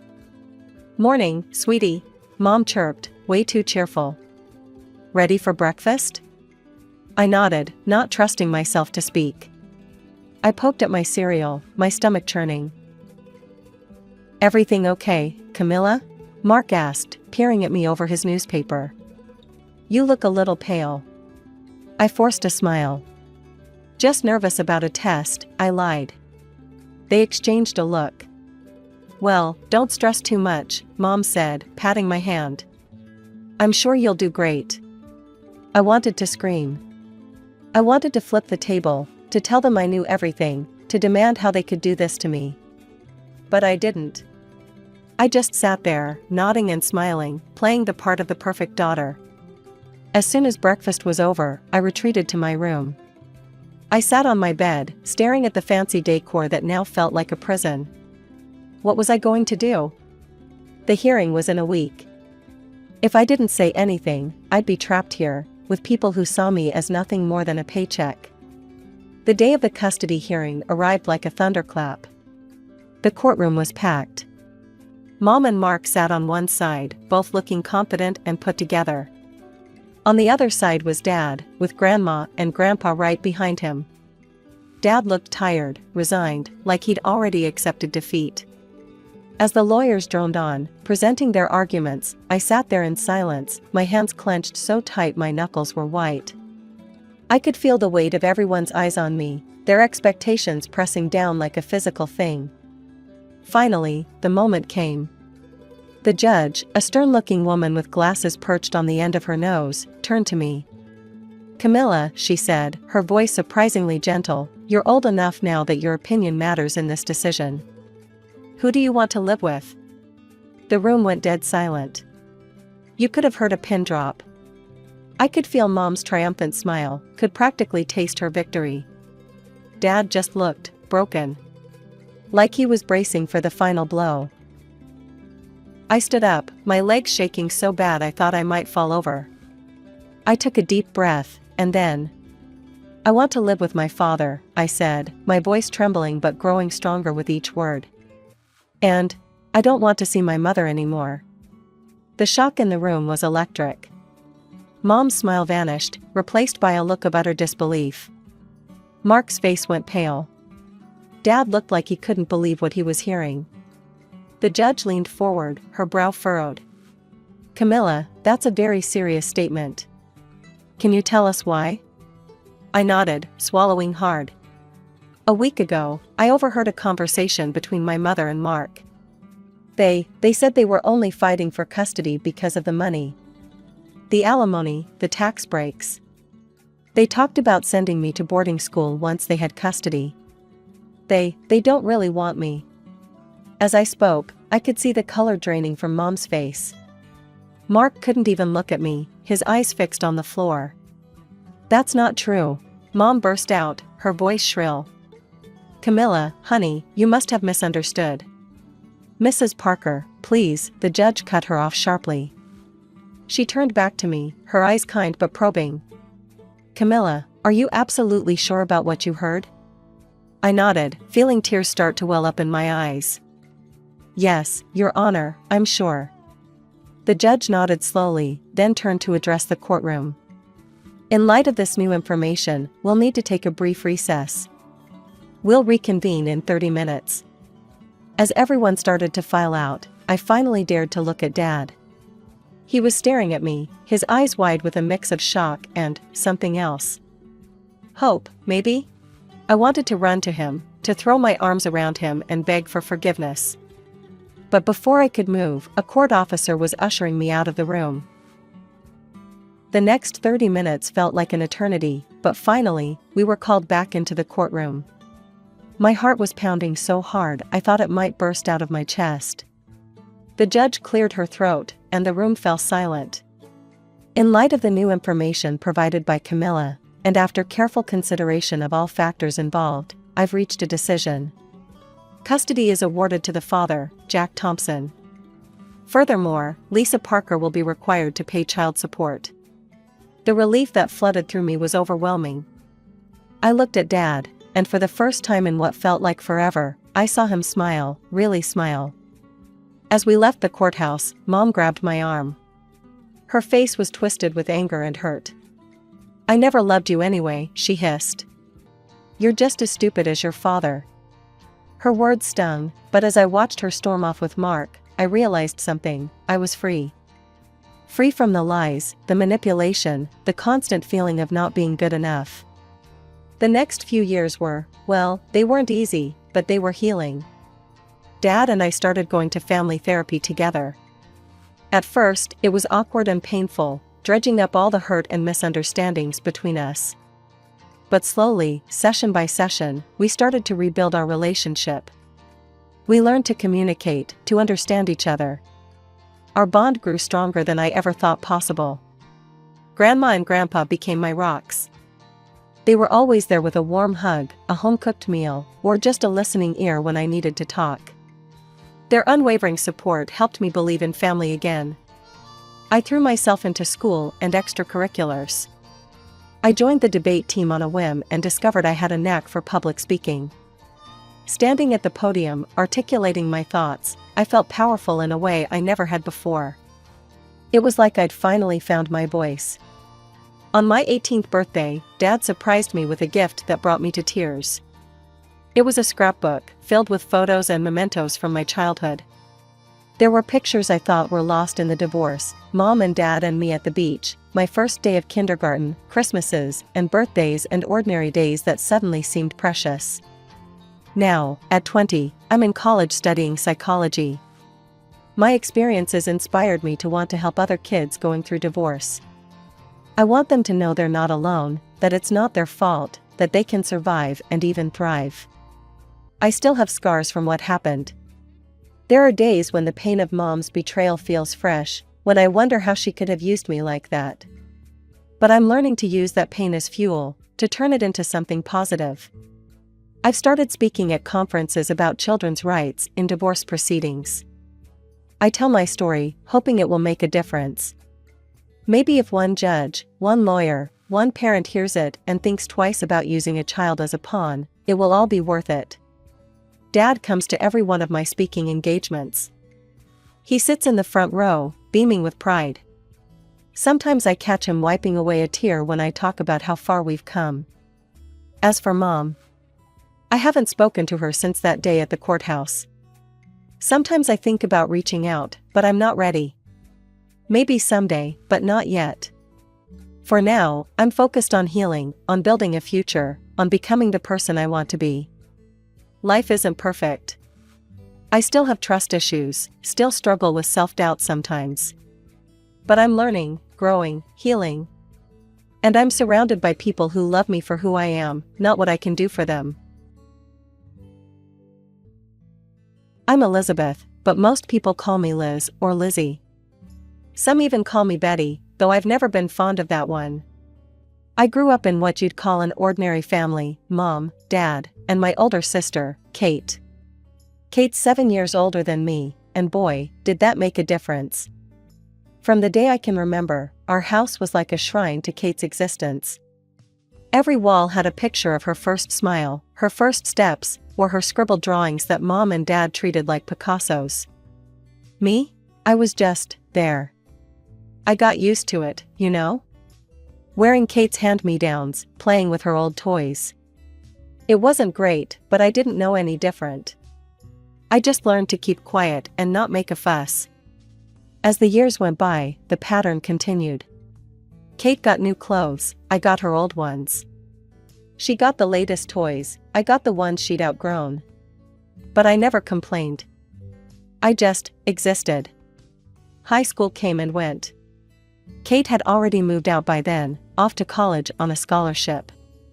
I thought maybe now my parents would notice me more, but nope. It was all about Kate's college adventures, Kate's new boyfriend, Kate's future. Then came the big announcement. Kate burst into the house one Sunday afternoon, all smiles and excitement. "Mom, Dad, I'm getting married," she squealed. You'd think she'd just announced she'd cured cancer or something. Mom burst into tears, Dad started whooping and hollering. Me? I just sat there, wondering if anyone remembered I was in the room. Kate turned to me, her eyes shining. "And Lizzie, you'll be my bridesmaid, right?" I nodded, forcing a smile. "Sure, Kate. Congratulations." As they all hugged and cried and laughed, I slipped out of the room. No one noticed. They never did. Kate's wedding turned out to be a bigger deal than anyone expected. One evening, I overheard my parents talking in hushed tones in the kitchen. "We'll have to take out a loan," Dad said, his voice strained. Mom sighed. "I know, but it's Kate's big day. We can't let her down." I felt a knot form in my stomach. They were going into debt for Kate's wedding? I wanted to say something, to point out how crazy this was, but I knew better. My opinions didn't matter much in this house. The wedding was a lavish affair. Kate looked like a princess, and our parents beamed with pride. I stood there in my bridesmaid dress, feeling invisible as always. After the honeymoon, Kate dropped another bombshell. "I've decided to be a housewife," she announced over Sunday dinner. "Jack makes enough for both of us." Mom and Dad exchanged glances. I could see the worry in their eyes, but they plastered on smiles. "That's wonderful, sweetheart," Mom said. "If that's what makes you happy." I wanted to scream. They'd taken out a loan for her wedding, and now she wasn't even going to work? But I kept my mouth shut, pushing my food around my plate. It wasn't long before Kate was pregnant. With twins, no less. Our parents went absolutely nuts. "Twins?" Dad kept saying, shaking his head in wonder. "Can you believe it?" I could believe it. I could also believe what came next. "We should help them buy a house," Mom suggested one night. "They'll need the space with 2 babies on the way." Dad nodded. "We could make the down payment on a mortgage. There's that nice place not far from here." I couldn't stay quiet anymore. "Are you serious?" I blurted out. "You're already in debt from the wedding, and now you want to buy them a house?" They both looked at me like they'd forgotten I was there. Maybe they had. "Elizabeth," Mom said, her voice stern. "This is what family does. We help each other." The twins were born a few months later. 2 little boys, cute as buttons. Mom and Dad were over the moon, spending every free moment at Kate's new house, cooing over the babies. Meanwhile, I was finishing up high school, trying to figure out my next steps. College was the obvious choice, but how was I going to pay for it? One night, I worked up the courage to ask. "Mom, Dad, I've been looking at colleges." "That's nice, dear," Mom said, not looking up from the photo album of the twins she was putting together. I was wondering, could you help me with tuition? They exchanged that look again. The one that said they'd rather be talking about anything else. "Well, sweetie," Dad started, "we'd love to help, but with the loan for Kate's wedding and helping with the house." "We can cover half," Mom jumped in. "But you'll need to figure out the rest on your own." I felt like I'd been punched in the gut. Half? That's all they could do? After everything they'd done for Kate? But I knew arguing was pointless. "Okay," I said, my voice small. "Thanks." As I walked back to my room, I heard them resume their conversation about the twins' latest accomplishments. I closed my door, leaned against it, and for the first time in years, I let myself cry. I'd managed to get into the local community college, not my dream school, but the only one I could afford with my parents' measly contribution. To make up the difference, I landed a part-time job at a nearby diner. Let me tell you, waiting tables while trying to keep up with college coursework is no picnic. I'd drag myself home most nights, dead on my feet, dreaming of my bed. But even that small comfort was often yanked away from me. It started one Friday evening. I'd just finished a brutal shift and was looking forward to face planting into my pillow when I walked in to find Kate in our living room, the twins crawling around her feet. "Oh, Lizzie," she exclaimed. "Thank God you're here. I'm at my wit's end with these two. Mind watching them for a bit? Jack and I haven't had a date night in ages." Before I could even open my mouth, she was out the door, leaving me with 2 screaming 3-year-olds. "What the hell?" I muttered, staring at my nephews.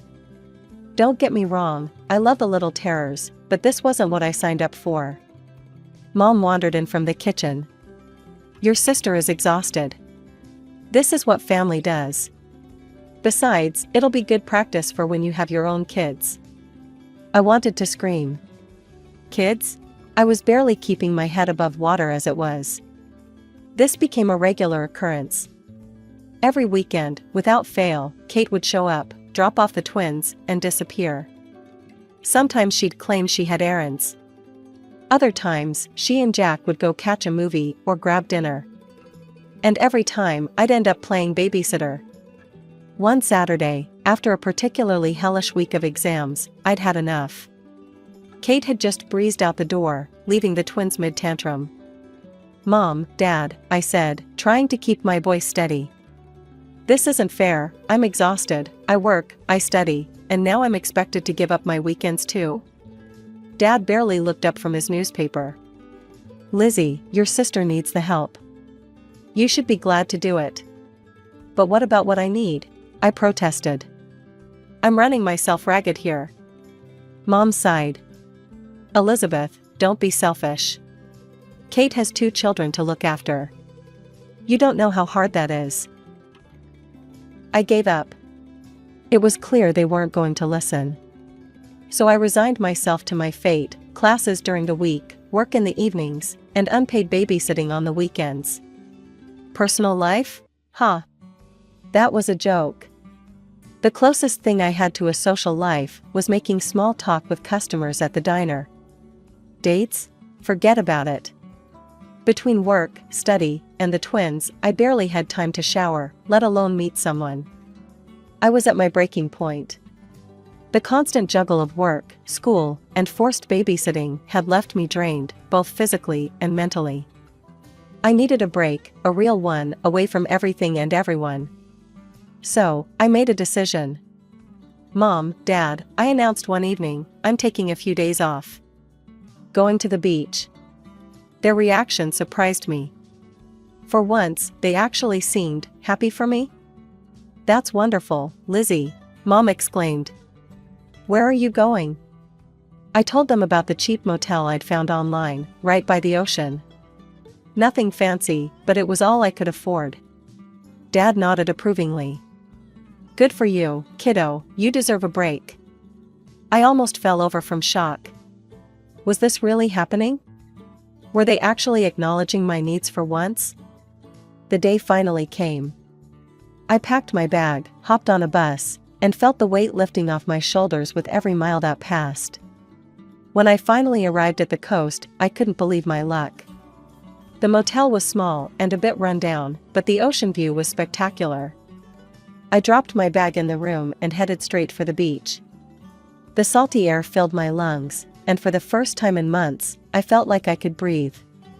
I treated myself to lunch at a cute little seaside cafe, savoring every bite. No screaming kids, no homework, no customers to please. Just me, my thoughts, and the sound of the waves. As the sun started to set, I headed back to the motel, already planning my evening of peaceful solitude. But as I approached my room, I heard familiar voices. Surprise, Lizzie! I froze. There, standing outside the room next to mine, were Mom and Kate, with the twins running circles around their legs. What are you doing here? I stammered, my heart sinking. We couldn't let you be all alone on your vacation, Mom chirped. So we decided to join you. We're right next door. I noticed their suitcases outside one of the nicer rooms. Of course, they'd splurged on themselves while I was in the budget option. Before I could process what was happening, Kate was pushing the twins towards me. The boys have been dying to see the ocean. You don't mind watching them for a bit, do you? I want to take a walk on the beach. And I need to run to the store, Mom added. We'll be back soon. Just like that, they were gone, leaving me standing there with 2 overexcited 3-year-olds tugging at my hands. What followed was the worst vacation of my life. The twins were out of control, tearing around my small room like tornadoes. They ripped the curtains, broke glasses, and somehow managed to clog the toilet with apples. I had to shell out money I didn't have for repairs and to call a plumber. By the end of the weekend, I was more exhausted than I'd ever been. The final straw came when Kate had the audacity to complain about how tired she was from all the traveling. I lost it. The argument that followed was epic. I yelled, Mom cried, Kate sulked, and the twins screamed through it all. I packed my bags that night and caught the first bus home in the morning. As I watched the coastline disappear behind me, I felt something shift inside. This couldn't go on. Something had to change. I dragged myself through the front door, exhaustion weighing heavily on my shoulders. Dad was in his usual spot, eyes glued to the TV. He barely grunted a hello as I passed. I crashed into bed that night, my mind a whirlwind of emotions and half-formed plans. When morning came, I knew what I had to do. I was halfway through packing my suitcase when I heard the front door slam. Mom's voice rang out, sharp and irritated. Elizabeth, where are you? She appeared in my doorway, face flushed with anger. I can't believe you just left us there. Do you have any idea how difficult it was to manage the twins on our own? I bit back a retort about how I managed the twins on my own all the time. Instead, I just kept packing. Mom's eyes narrowed as she took in the scene. What are you doing? I'm leaving, I said, my voice steadier than I felt. I'm moving out, I need my own life. Their reactions were immediate and predictable. How can you be so selfish? Mom cried. After everything we've done for you. Dad's face turned red. You ungrateful girl. Have you thought about your sister? Who's going to help her with the twins? I felt something snap inside me. My sister? What about me? When has anyone in this family ever thought about what I need? Elizabeth, Mom gasped. No, I'm serious, I pressed on. Kate has a husband. Let him help with the kids. I need to focus on my own life. You listen here, young lady, Dad growled. If you walk out that door, don't expect us to keep paying for your college. You'll be on your own. I looked at them both, these people who were supposed to love and support me unconditionally. In that moment, I realized they were strangers to me. Fine, I said, zipping up my suitcase. I'd rather be on my own than live like this. No personal life, no time for myself, just constant demands and screaming kids. I'm done. I pushed past them, dragging my suitcase down the stairs. They followed, still shouting, but I tuned them out. As I reached for the door handle, Mom made one last attempt. If you leave now, don't bother coming back. I paused, my hand on the doorknob. Then, without looking back, I opened the door and stepped out into the unknown. The next few weeks were a blur.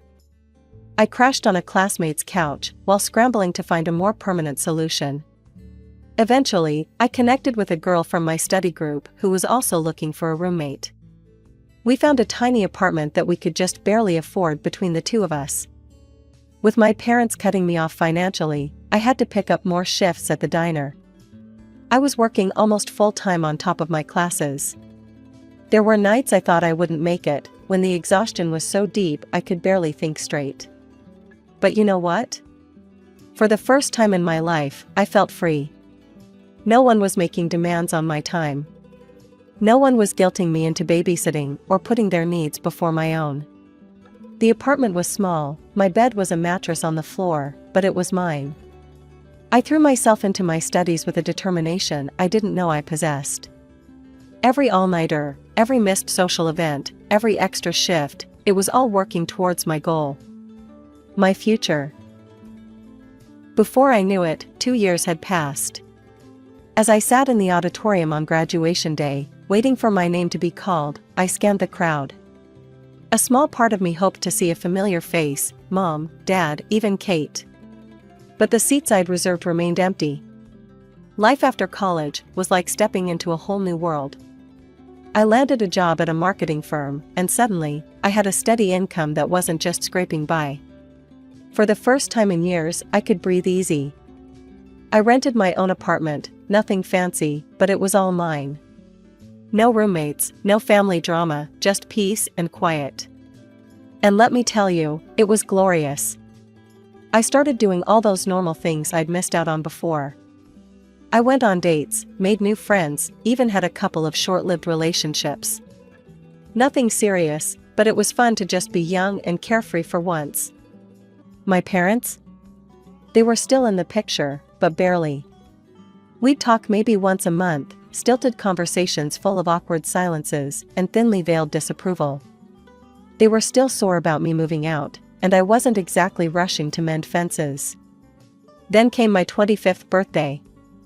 I had plans with friends, nothing wild, just dinner and drinks. But a week before, I got a call from Mom. "Elizabeth," she said, her voice oddly cheerful, "we want you to come over for your birthday. The whole family will be there." Against my better judgment, I agreed. When I arrived at my parents' house, it was like stepping back in time. Kate and her husband were there, the twins, now 7 years old, running around like little tornadoes. Various aunts, uncles, and cousins milled about, all smiles and hugs. "Happy birthday, Lizzie," they chorused as I walked in. I plastered on a smile, accepting hugs and well wishes. Then came the gifts. Most were typical: clothes, books, gift cards. But then Mom handed me an envelope with a flourish. "This is from all of us," she said, beaming. I opened it, my stomach sinking as I saw what was inside. A ticket to a beach resort. "We're all going," Dad announced proudly. "A big family vacation. We've paid for everything." I froze. A family vacation with the twins? It was my ruined beach trip all over again. I opened my mouth to refuse, but Mom squeezed my arm, whispering harshly, "Don't you dare make a scene. Not in front of everyone." So I smiled and thanked them, all the while screaming internally. The party wound down, relatives trickled out, and finally, it was just us, me, Mom, Dad, Kate, and her family. That's when I let loose. "I'm not going," I said flatly. "What?" Kate gasped. "But it's a family trip." "Exactly," I replied. "And I'm not interested in spending my vacation babysitting your kids again." Kate burst into tears. "You don't love us at all, do you? You don't care about your nephews." "I care about them just fine," I snapped. "But if I wanted kids, I'd have my own." The argument went round and round. Mom called me ungrateful, Dad looked disappointed, Kate kept crying. They all tried to guilt me, to pressure me into giving in. "Fine," I said finally, my voice tired. "I'll go." They all looked relieved, like they'd won some great victory. But they had no idea what was coming. The day of departure arrived, and I found myself at the airport, surrounded by my overly cheerful family. Kate and her husband were practically bouncing with excitement, already making plans for all the alone time they'd have while I watched the twins. "You'll have so much fun with Aunt Lizzie," Kate told the boys, winking at me. "She'll take you to the beach, build sandcastles, maybe even go snorkeling." Mom and Dad were beaming too, going on about how nice it would be for Kate to have a break. Not once did anyone ask what I wanted to do on this vacation. It was clear they all saw me as nothing more than a convenient babysitter. As we approached the check-in counter, I made my move. "Oh," I exclaimed, feigning discomfort. "I need to use the restroom." "You guys go ahead and check in. I'll meet you at the gate." They nodded, distracted by wrangling luggage and excited children. I watched them join the queue, then turned and walked briskly in the opposite direction. My heart was pounding as I approached a different check-in counter. I handed over my passport and the ticket I'd bought weeks ago, a flight to a small, peaceful island resort. Once through security, I found a quiet corner and pulled out my phone. My hand shook slightly as I typed out a message to Mom. "I'm not coming with you, I'm going on my own vacation. Enjoy your trip." I hit send and immediately turned off my phone, not wanting to deal with the fallout just yet. I could almost hear the explosion of anger and disbelief that would be happening at the other check-in counter. As I settled into my seat on the plane, I turned my phone back on briefly. It immediately exploded with notifications, missed calls, voicemails, angry texts. I listened to one voicemail from Mom, her voice shrill and furious. "Elizabeth Morgan. How dare you abandon your family like this? You've ruined everything.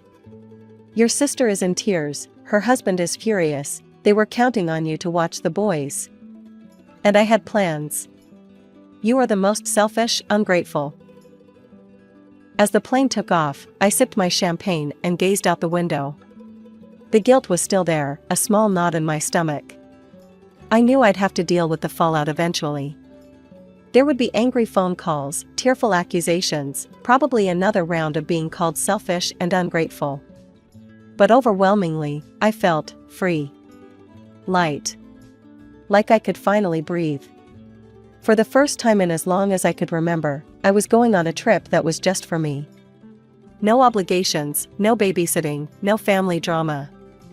Just me, the beach, and whatever I decided I wanted to do. As the plane touched down on the small, tropical island, I felt a weight lift off my shoulders. The warm breeze that greeted me as I stepped off the plane seemed to whisper, "Welcome to freedom."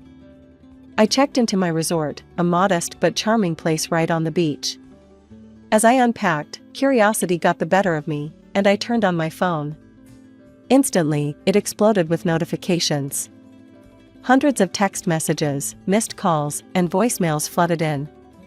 With a mix of amusement and trepidation, I scrolled through some of the messages. "How could you do this to us, Mom? You ruined everything, Kate. You're so selfish, Elizabeth, Dad." I couldn't help but smile. For once, I had chosen myself over their demands. I turned the phone off again and tossed it into the hotel safe. For the next week, I was unreachable. And what a week it was. I lounged on the beach, read books uninterrupted, went snorkeling, and even tried my hand at surfing. I chatted with other vacationers, went on a few casual dates, and stayed out as late as I wanted. No schedule, no responsibilities, no screaming kids. Just me and the rhythm of the waves.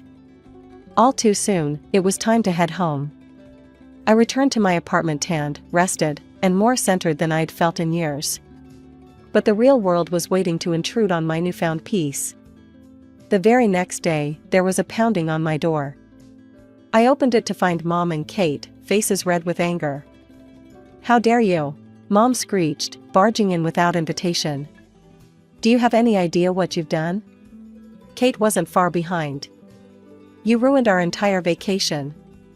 The boys were devastated. They launched into a tirade, their voices overlapping as they hurled accusations and insults. I was selfish, ungrateful, a terrible daughter and sister. I owed them for the ticket they'd bought me, for the vacation I'd ruined, for the childcare I'd failed to provide. I let them rant for a few minutes, their words washing over me without sticking. Then, calmly but firmly, I spoke. "That's enough," I said, my voice cutting through their noise. "I don't owe you anything. Not money, not childcare, not my time. I'm an adult, and I get to make my own choices." Mom opened her mouth to argue, but I held up a hand. "I'm not discussing this further. Please leave. When you're ready to treat me with respect and have a calm conversation, we can talk. Until then, I think it's best we don't communicate." They stared at me, shocked into silence. Then, with a few more choice words, they stormed out. As the door slammed behind them, I let out a long breath. It wasn't easy, but it felt right. Over the next few weeks, I made some big changes. I found a new apartment in a different part of town and moved without telling my family my new address. I threw myself into my work and picked up some new hobbies, painting, yoga, even started learning a new language. It wasn't always easy. There were moments of doubt, pangs of guilt. But every time I came home to my peaceful apartment, every time I made plans without worrying about babysitting duties, every time I pursued a new interest just because I wanted to, I knew I'd made the right choice. I don't know what the future holds. Maybe someday, my family and I will find a way to have a healthy relationship. Maybe not. But I do know this, I'll face whatever comes on my own terms, standing tall and unapologetic in the life I've chosen for myself. I'm Anna, the afterthought in a family of geniuses.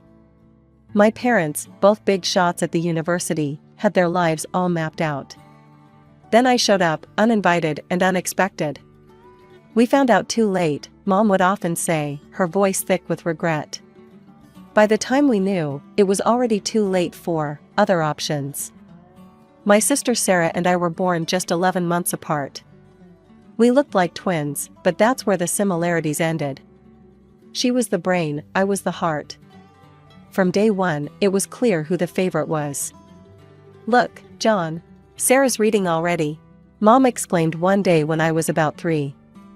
Sarah sat in the corner, nose buried in a book meant for kids twice her age. That pretty much set the tone for our childhood. Sarah devoured books, I devoured life. She memorized complex texts, I struggled to remember what I had for breakfast. I was diligent, hardworking. But no matter how hard I worked, it never seemed to be enough. "Anna," Mom said one day, exasperation clear in her voice, "how many times do I have to explain this? It's simple addition." I stared at the numbers, willing them to make sense. But they danced across the page, mocking me. Meanwhile, Sarah breezed through her advanced math homework in the next room. But where I lacked in academics, I made up for in personality. I was the class clown, the life of the party. My laughter was infectious, to everyone except my parents. One evening at dinner, I was telling a joke I'd heard at school. And then the chicken said, "Anna." Mom's sharp voice cut through my story. "Enough. Laughing for no reason is a sign of low intelligence. Please control yourself." I felt my cheeks burn with shame. Across the table, Sarah smirked, her eyes never leaving her book on quantum physics. As elementary school progressed, the divide only deepened.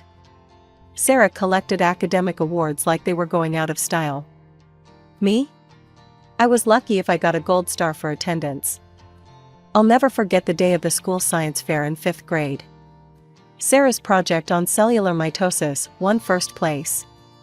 Mine, well, let's just say my baking soda volcano didn't exactly erupt as planned. As we drove home, the car filled with praise for Sarah's achievement. I sat in the back, covered in dried baking soda, feeling smaller by the minute. "Well," Dad finally said, glancing at me in the rearview mirror, "I suppose not everyone in the family can be scientifically inclined." Mom nodded, her lips pressed into a thin line. "It's clear Anna doesn't have the aptitude for it. What will our colleagues think?" I sank lower in my seat, wishing I could disappear. That was the moment I realized I'd never be able to maintain their precious status in the scientific community. In their eyes, I was the disappointment, the one who couldn't carry on their legacy. As we got older, the gap between Sarah and me only widened. Sarah was whisked off to science camps, math competitions, and academic decathlons. Me? I was left with our elderly babysitter, Mrs. Jenkins. But you know what? Mrs. Jenkins was a godsend. While my parents were grooming Sarah to be the next Einstein, Mrs. Jenkins was teaching me skills that would serve me well in the real world. "Come on, Anna," she'd say, her wrinkled hands guiding mine as we kneaded dough. "Let me show you how to make a pie that'll knock their socks off." Other days, we'd clip coupons and plan grocery lists. "Listen here, girl," she'd say, her eyes twinkling. "Knowing how to stretch $1 is just as important as knowing how to split an atom."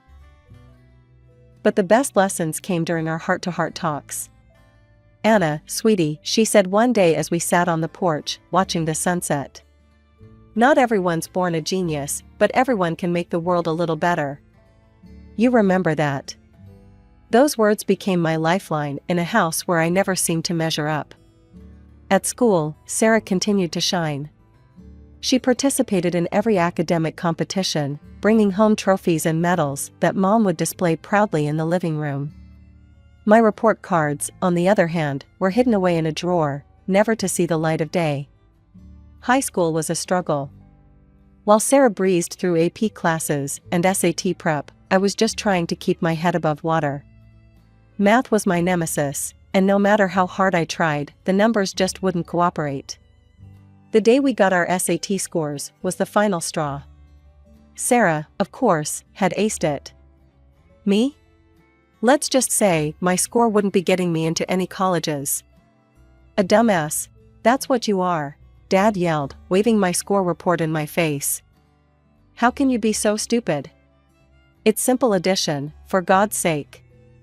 Mom stood by, shaking her head in disgust. "And Sarah?" She leaned against the doorframe, a smug smile playing on her lips. Not once did she step in to defend me. Not once did she offer to help. She just watched, probably thinking how lucky she was to be the smart one. I stood there, tears streaming down my face, as my parents continued their tirade. "You can't even add 2 plus 2.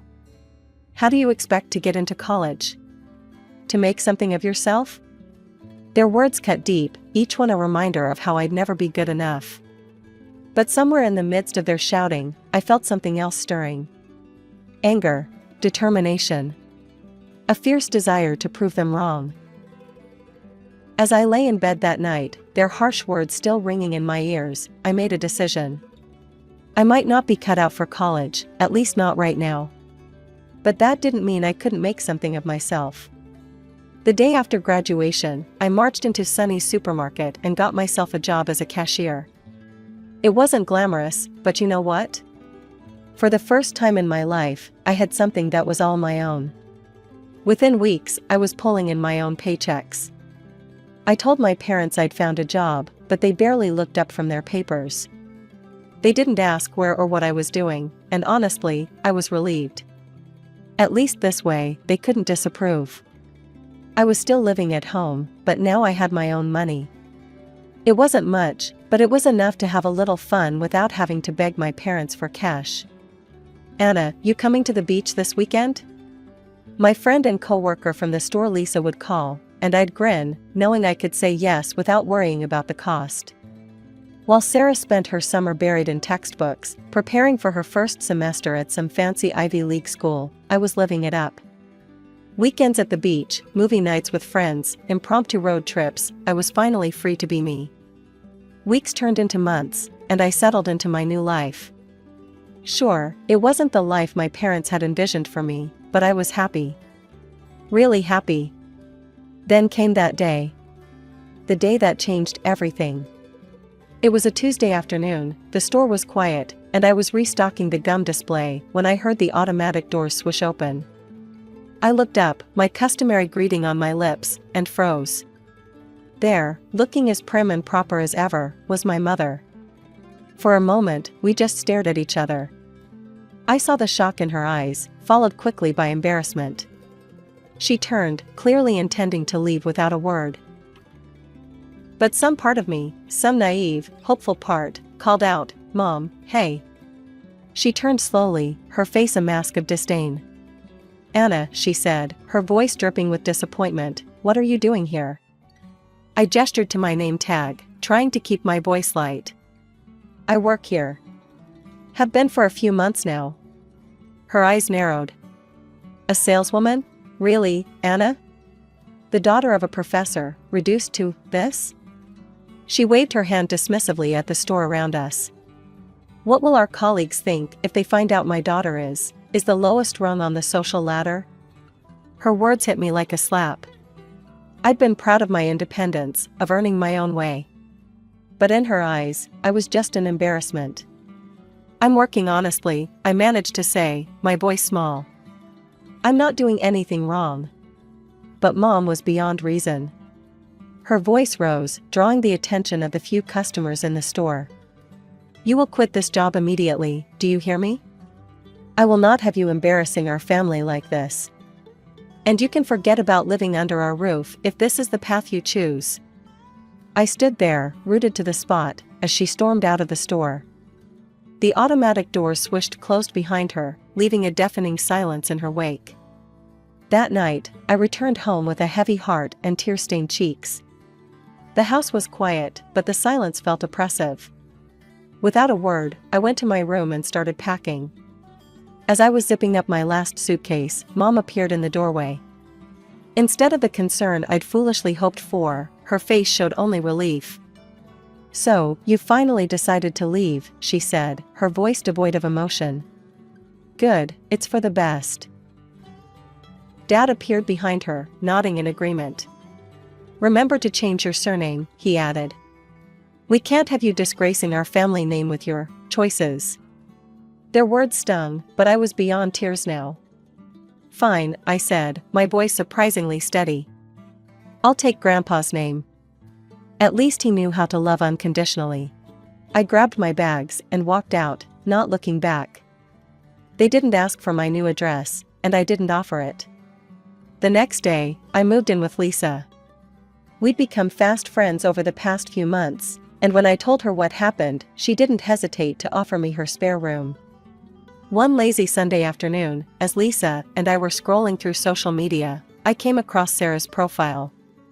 My finger hesitated over the unfollow button, but curiosity got the better of me. Sarah's feed was a parade of achievements. Photos of her receiving awards, status updates about her latest research breakthroughs, announcements of her admission to elite scientific societies. Each post had hundreds of likes and comments, all singing her praises. "Your sister?" Lisa asked, peering over my shoulder. "Have you talked to her recently?" I shook my head, remembering our last interaction. It was a few weeks after I'd left home.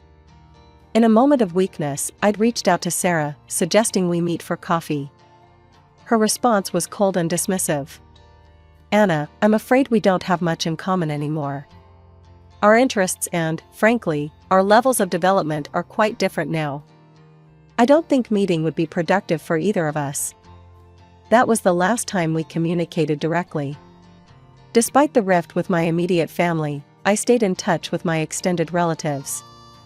Aunt Martha, in particular, became a source of comfort and connection to my roots. During one of our regular phone calls, she let slip some information that simultaneously hurt and validated my decision to leave. "Oh, Anna," she sighed, her voice heavy with sadness. "I probably shouldn't tell you this, but your parents, they always ask if you'll be at family gatherings. If we say yes, they refuse to come. They say it's because you're beneath their status now, and they can't bear to be in the same room as you." I felt a familiar ache in my chest, but it was duller now. "It's okay, Aunt Martha," I said, surprised by how much I meant it. "I'm happy with my life now. If they can't accept that, it's their loss." And it was true. My life wasn't perfect, but it was mine. I had a job I enjoyed, friends who accepted me for who I was, and a growing sense of self-worth that had nothing to do with academic achievements or social status. 5 years had passed since I'd walked out of my parents' house, and life had settled into a comfortable rhythm. I'd been promoted to assistant manager at the store, my circle of friends had grown, and I'd even started taking some online classes in business management. I was content, but something was missing. That all changed on a balmy summer evening. My friends had organized a beach bonfire, and I noticed him. He was standing a little apart from the group, looking slightly out of place in his button-down shirt and khakis. But it was his eyes that caught my attention. They seemed to sparkle with curiosity as he took in the scene around him. I made my way over, extending my hand. "Hi, I'm Anna. You look like you could use a S more." He laughed, a warm, genuine sound that made me smile. "I'm David. And yes, I could definitely use a S more.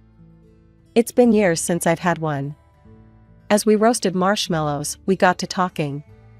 Turns out, David was an environmental scientist, fresh off a research expedition in the Amazon.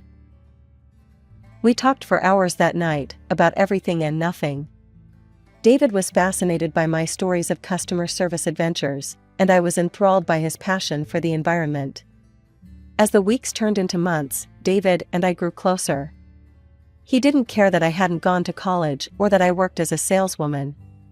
He loved my quick wit, my ability to make friends with anyone, and what he called my refreshing perspective on life.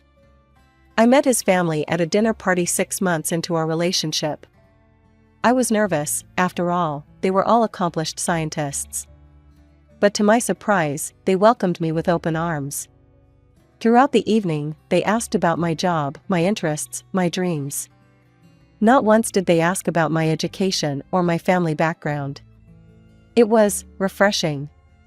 A year to the day after we met, David proposed. It was nothing grand, just the two of us, on the same beach where we'd first talked. But it was perfect. We planned a small wedding, just close friends and family. As I addressed the invitations, I hesitated over 3 names: Mom, Dad, and Sarah. Despite everything, a part of me still hoped. But the RSVPs came back, and those 3 remained silent.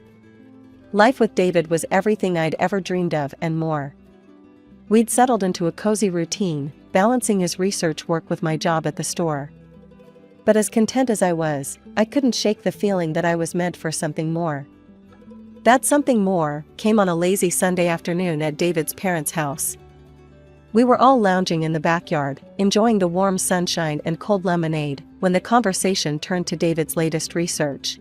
The amount of plastic waste we're producing is staggering, David sighed, running a hand through his hair. And the worst part is, most of it ends up in landfills or the ocean. His father nodded gravely. It's a crisis, no doubt about it. But what can we do? People aren't going to stop using plastic overnight. As they continued discussing the problem, an idea started forming in my mind. Years of working retail had taught me a thing or two about what people want and need. And all those hours I'd spent with Mrs. Jenkins, learning to be resourceful and creative, suddenly came rushing back. Before I knew it, I was grabbing a napkin and a pen from the table. What if, I started, my voice trembling with excitement, what if we could turn that plastic waste into something useful? Something people actually want? 3 pairs of eyes turned to me, curious. Encouraged, I continued, sketching rapidly on the napkin. Like this, I said, holding up my crude drawing. Garden furniture made entirely from recycled plastic. Durable, weather-resistant, and eco-friendly. We could even make it modular, so people can customize their own designs. The silence that followed was deafening. For a moment, I feared I'd overstepped, that they'd laugh at my silly idea. But then, Anna, David's father said slowly, his eyes wide with amazement, that's brilliant. David was staring at me like he'd never seen me before. Do you know how many environmental problems this could solve? And the market potential, it's enormous.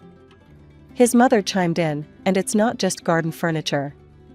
Think of all the urban applications, park benches, playground equipment, even building materials. What happened next was a whirlwind. David's parents, excited by the potential of the idea, offered to invest in making it a reality. Before I knew it, we were setting up a company, with me, yes, me, Anna Holloway, former family disappointment, as the CEO. David, with his scientific background, took charge of developing the technology to recycle and mold the plastic efficiently. I focused on design and marketing, drawing on my years of customer service experience to create products people would love. 6 months after that fateful Sunday afternoon, we launched our first line of garden furniture. The response was overwhelming. People loved the sleek designs, the eco-friendly concept, and the story behind it all. Encouraged by our success, we expanded our range. Urban planners started reaching out, interested in using our recycled plastic products for city projects. And then, the call that changed everything, the mayor's office wanted to meet with us. We met and signed a contract for the improvement of the city. 3 years had passed since that fateful day in David's parents' backyard. Our company, EcoRenew, had grown beyond our wildest dreams. We'd recycled tons of plastic waste, transformed city parks, and even started branching out into eco-friendly building materials. And now, here we were, about to receive a state award for innovation and environmental impact. As David and I stood in the grand ballroom, surrounded by the crème de la crème of the scientific and business world, I couldn't help but feel a sense of pride. We made our way through the crowd, stopping to chat with various dignitaries and fellow innovators. I was in the middle of a conversation with the city's head of urban development when I saw them. My parents and Sarah, standing near the refreshment table. They looked different. Mom and Dad had aged considerably, their hair more gray than I remembered. And Sarah, always so put together, looked exhausted, dark circles under her eyes. For a moment, our eyes met across the room. I saw the shock register on their faces, clearly not expecting to see me in such a setting. I turned to David, linking my arm through his. "Let's go find your parents," I said, perhaps a bit louder than necessary. As we walked past my family, I kept my eyes forward, chin held high. We found David's parents near the stage, beaming with pride. As we chatted about the upcoming ceremony, I noticed movement out of the corner of my eye. My mother was approaching, her eyes fixed on David's mom. "Excuse me," I heard her say, her voice sickly sweet. "I couldn't help but notice your lovely family. You must be so proud of your son and his wife?" I tensed, waiting for the other shoe to drop. But my mother-in-law just smiled warmly. "Oh, we are. Anna is a remarkable woman. We're lucky to have her in our family." As she walked back to my father and Sarah, I could see them huddling together, whispering furiously. I caught snippets of their conversation. "Can't believe it's her. Married into a family of scientists. Probably just here as his plus one." The moment had finally arrived. As the presenter called my name, announcing EcoRenew as the recipient of the State Environmental Innovation Award, I felt a surge of pride. I walked onto the stage, my heart pounding with excitement. As I reached for the microphone, ready to deliver the speech I'd carefully prepared, chaos erupted. My mother rushed onto the stage. Before I could react, she had grabbed my arm and snatched the microphone from my hand. "Ladies and gentlemen," she announced, her voice quavering with emotion, "I am the proud mother of this brilliant, worthy woman." She gestured dramatically towards me. "We always knew Anna would become someone extraordinary." I stood there, frozen in disbelief, as she continued her performance, even managing to squeeze out a few tears. The audience, recognizing the famous Professor Anderson, broke into applause. In that moment, rage and hurt bubbled up inside me, years of neglect, disappointment, and rejection crystallizing into a single, burning point of resolve. I would not let her steal this moment. I gently but firmly took the microphone back from her. "Thank you, Mother," I said, my voice steady despite the storm of emotions inside me. "If I could have a moment of silence, please." The room hushed, all eyes on me. "Yes, I am the daughter of the renowned Professors Anderson," I began, my voice carrying clearly across the silent room. "But I stand before you today not because of them, but despite them." I saw shock ripple through the audience, my mother's face paling beside me. I recounted the years of missed school events, of being told I was an embarrassment, of being asked to change my name and move out. I worked as a saleswoman, hiding my identity, because my own parents were ashamed of me. The room was dead silent, hanging on every word. But today, I stand before you not as a failure, but as a success. Not because of my family name, but because of the family I chose. I looked towards David and his parents, seeing tears in their eyes. My husband, David, and his wonderful parents saw potential in me when no one else did. They encouraged my ideas, supported my dreams. It's thanks to them that EcoRenew exists, that we've been able to make a difference in our environment and our community. I gestured for David to join me on stage. As he walked up, I saw my father and Sarah slip out of the hall, unable to bear the scrutiny of the crowd. "This award," I continued, holding up the plaque, "is a testament to what can happen when you believe in someone, when you nurture their potential instead of crushing their spirit. It's proof that intelligence comes in many forms, and that kindness and support can change lives." I turned to my mother, still standing shell-shocked beside me. "I'm sorry, but I can't accept your sudden pride in me. You lost that right years ago." "My real family is here," I said, putting my arm around David. The hall erupted in applause, people rising to their feet. I saw tears, heard whispers of admiration and support. David's parents were openly crying, beaming with pride. In the days that followed, I heard through the grapevine that my parents and Sarah were facing backlash in their academic circles. People were shocked by their treatment of me, and many were reconsidering their associations with them. Part of me felt guilty for exposing them, for complicating their lives, as they put it. But a stronger part knew that I had done nothing wrong. I had simply told the truth, a truth that had been silenced for far too long. As for me, life went on. EcoRenew continued to grow and innovate. David and I started talking about starting a family of our own. And every day, I woke up grateful for the life I had built, for the family I had chosen, and for the strength I had found within myself. My name's Monica, and I don't remember a time when my parents weren't fighting. Their screaming matches are some of my earliest memories, filling our house with tension so thick you could cut it with a knife. I was just a kid, but even then, I knew something was seriously wrong. I was 4 when everything came to a head. Mom and Dad's arguments had gotten worse, if that was even possible. One night, I woke up to the sound of shattering glass and my mom yelling, "That's it, Mark, I've had enough." The next morning, Dad was gone. Just like that, my family was torn in two. It didn't take long for Dad to move on. Within months, he'd remarried some woman named Caroline and moved across town. From then on, our relationship became a joke. He'd call on holidays, his voice distant and awkward like he was talking to a stranger, not his own kid. The rest of the year, the only sign I had of father was the monthly alimony check he sent to Mom. Mom, for her part, was a mess. Linda Thompson, once the picture of a happy housewife, now a single mother, struggling to keep it together. She threw herself into her work as a real estate agent, but it was obvious she was floundering. I was 7 when Mom started getting weird. She'd always been a bit impulsive, but this was different. One day, she came home with a bunch of books and DVDs about day trading. "This is it, Monica," she said, her eyes shining with a manic gleam that scared me a little. "We're going to be rich." For weeks, she was glued to her computer, muttering about stocks and trades.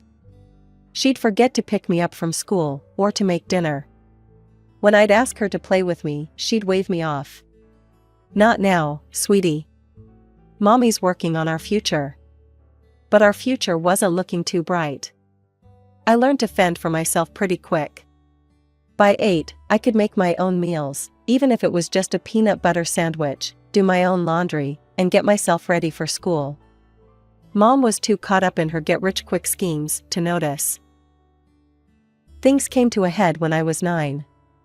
Mom burst into my room one day, her eyes wild with excitement. "I'm going on a trip to Bali. I've found someone who can help us, sweetie. He's going to show me how to unlock my luck chakra. This is going to change everything." I didn't know what a luck chakra was, but I knew it sounded like trouble.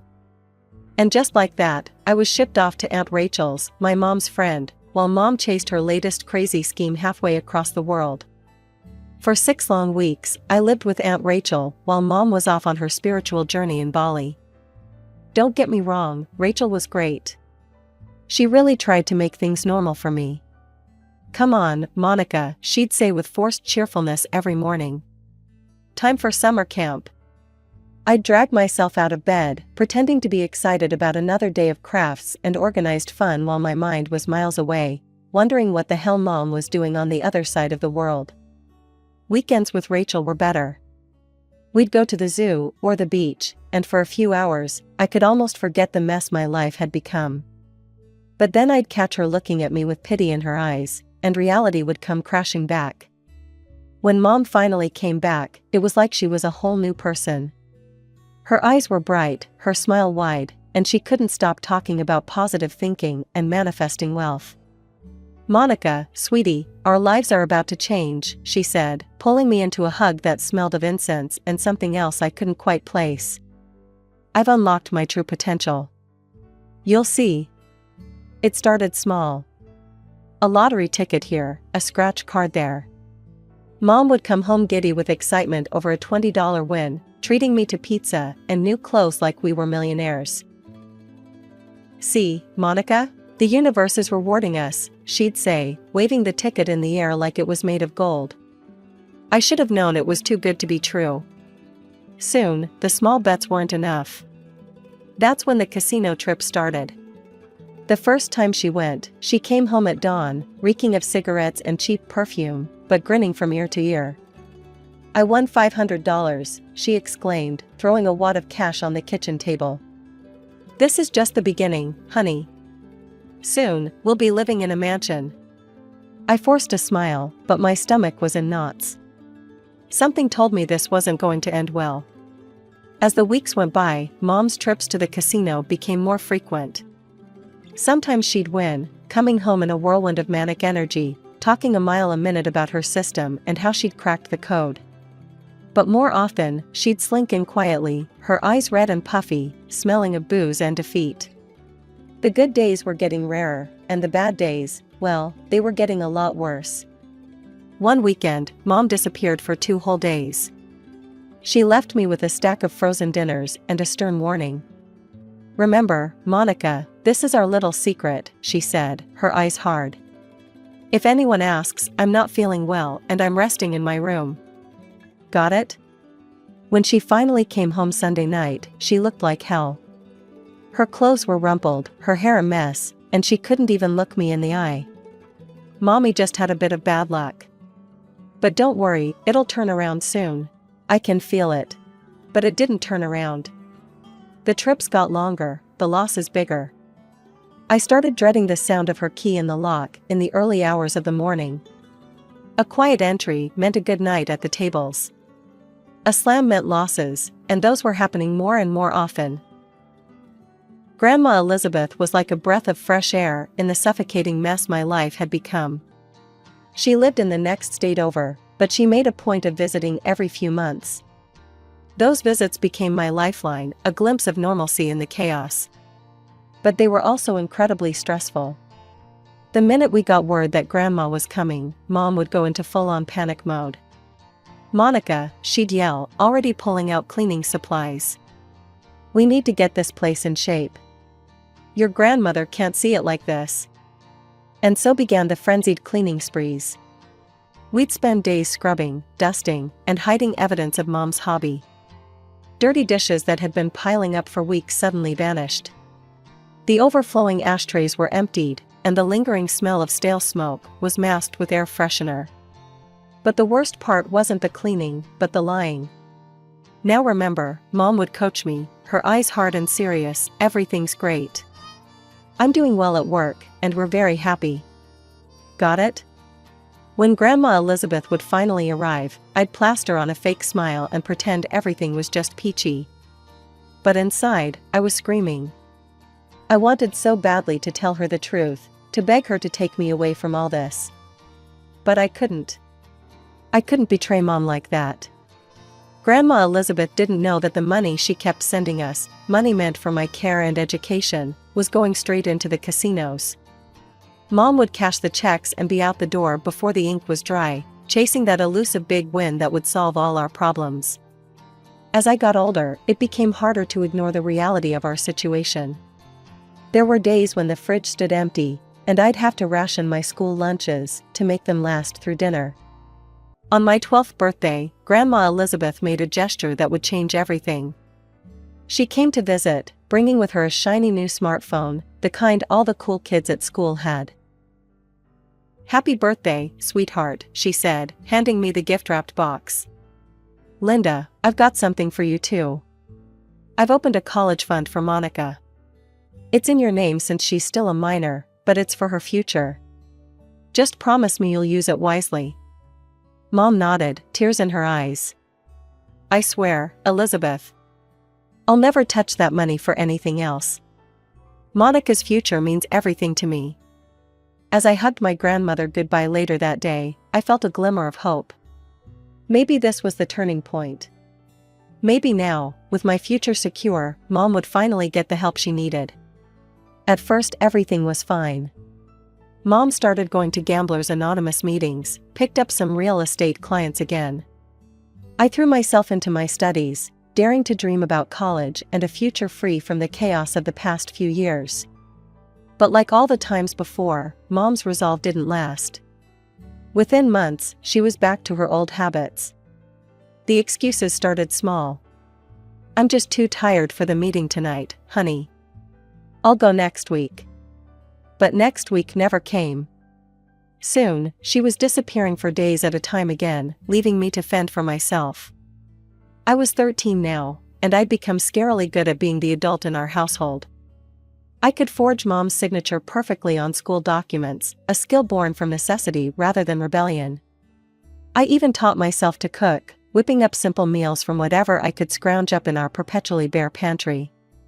Anything to keep my stomach from growling during class. As I entered high school, I withdrew more and more. Making friends felt impossible. How could I invite anyone over when I never knew what state the house, or Mom, would be in? The few times I tried to open up, I was met with blank stares or awkward silence. No one could understand what my life was really like. By 16, I was desperate for some control over my life. That's when I decided to get a job. The local coffee shop was hiring, and to my surprise, the manager hired me on the spot. That coffee shop became my sanctuary. For a few hours each day, I could pretend to be normal. Just another teen working her first job, not the daughter of a gambling addict, barely keeping her head above water. And the money, well, it wasn't much, but it was mine. But reality has a way of shattering even the most carefully constructed illusions. One night, after a late shift at the coffee shop, I came home to find the front door unlocked. Alarm bells went off in my head immediately. Mom might be irresponsible, but she always locked the door. The house was a disaster. Clothes strewn everywhere, dishes piled in the sink, and in smell I couldn't quite place hanging in the air. Then I heard it, muffled sobs coming from the living room. I found Mom sprawled on the floor, an empty wine bottle clutched to her chest like a lifeline. She was on the phone, her words slurred and barely coherent.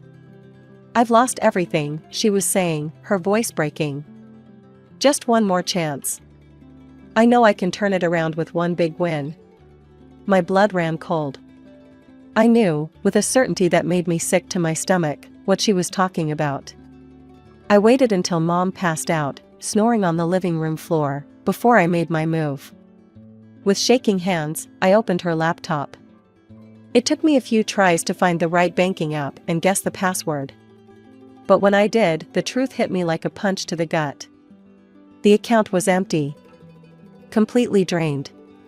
Years of saving, Grandma's generous gift, my entire future, gone. I stormed into the living room where Mom was still passed out. I shook her awake, my hands trembling with rage. "Mom, wake up. We need to talk about the money." She blinked at me, confusion and pain etched across her face. "What?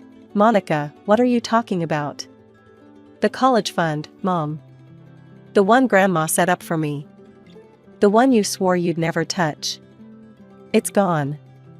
For a moment, she just stared at me. Then she tried to deny it, her voice weak and unconvincing. No, you must be mistaken. I would never." But as I laid out the evidence, the empty account, the late-night phone call I'd overheard, her denials crumbled. In their place came the accusations. "You ungrateful brat," she screamed, her face contorted with rage and shame. "After everything I've done for you, this is how you repay me? Snooping through my private information?" It was like a dam had burst. Years of resentment, fear, and disappointment came pouring out of both of us. We screamed and cried, hurling bitter words at each other like weapons. And then it happened. In a moment of blind fury, Mom's hand lashed out, catching me across the face.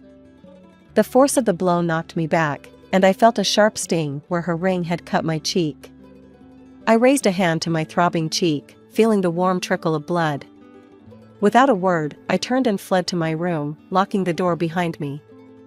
I slid down to the floor, my back against the door, and finally let the tears come. That night, I made a decision. I couldn't stay here anymore. I packed a backpack with some clothes and the little money I'd saved from my coffee shop job. As the first light of dawn crept through my window, I slipped out of the house without a backwards glance. When I showed up on Dad's doorstep, his reaction was lukewarm at best. He invited me in awkwardly, shooting apologetic glances at Caroline, his wife, who didn't even try to hide her annoyance at my presence. I poured out the whole story: Mom's gambling, the empty college fund, the fight. I watched Dad's face change from shock to anger and finally to a resigned weariness that made my heart sink. I spent that night in their guest room, feeling like an intruder in what should have been my second home. As I lay there, staring at the unfamiliar ceiling, I realized I'd been foolish to hope for rescue. My suspicions were confirmed the next evening when I overheard Dad on the phone with Mom. "You need to come get her, Linda," he hissed, his voice low but clear through the thin walls. "This isn't my problem. I've been paying child support for years, that should have been more than enough to cover her education." I crept back to the guest room, my heart heavy with the final death of a hope I hadn't even realized I'd been clinging to. As I sat on the edge of the bed, I knew one thing for certain: I couldn't stay here. The next morning, I sat on the bus, my backpack clutched to my chest, watching the miles tick by. I was headed to Grandma Elizabeth's house in the next state over. It was a long shot, but it was the only shot I had left. My stomach churned with anxiety. What if Grandma turned me away too? What if Mom had already gotten to her with lies and excuses?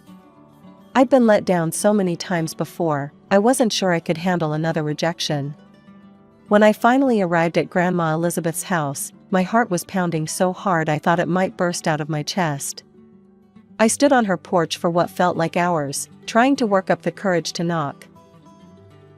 But I needn't have worried. The moment Grandma opened the door and saw me standing there, her face went from shocked to concerned to fiercely protective in the span of seconds. "Monica, sweetheart, what are you doing here? Are you all right?" Before I knew it, I was wrapped in her arms, sobbing out the whole miserable story. The gambling, the lies, the empty college fund, the fight with Mom, Dad's rejection, all of it came pouring out in a flood of tears and broken words. Grandma listened to it all, her face growing stormier with each revelation. When I finally finished, she cupped my face in her hands, her eyes blazing with determination. "You're safe now, honey," she said, her voice firm and reassuring. "We're going to fix this. Together." Grandma Elizabeth wasted no time. She called her friend who was a lawyer, discussing terms like paternal rights and gambling that made my head spin. But mostly, she was preparing for the confrontation I knew was coming. When Mom finally arrived, summoned by Grandma's demands, I almost didn't recognize her. She looked small and defeated, nothing like the towering figure of my childhood.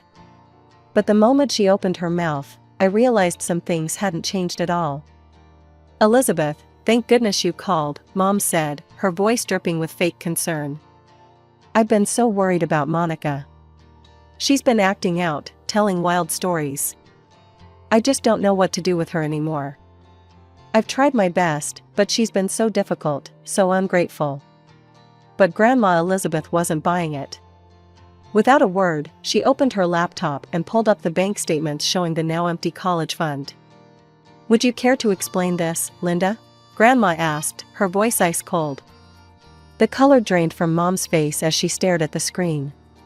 Her mouth opened and closed a few times, but no sound came out. It was like watching a balloon deflate.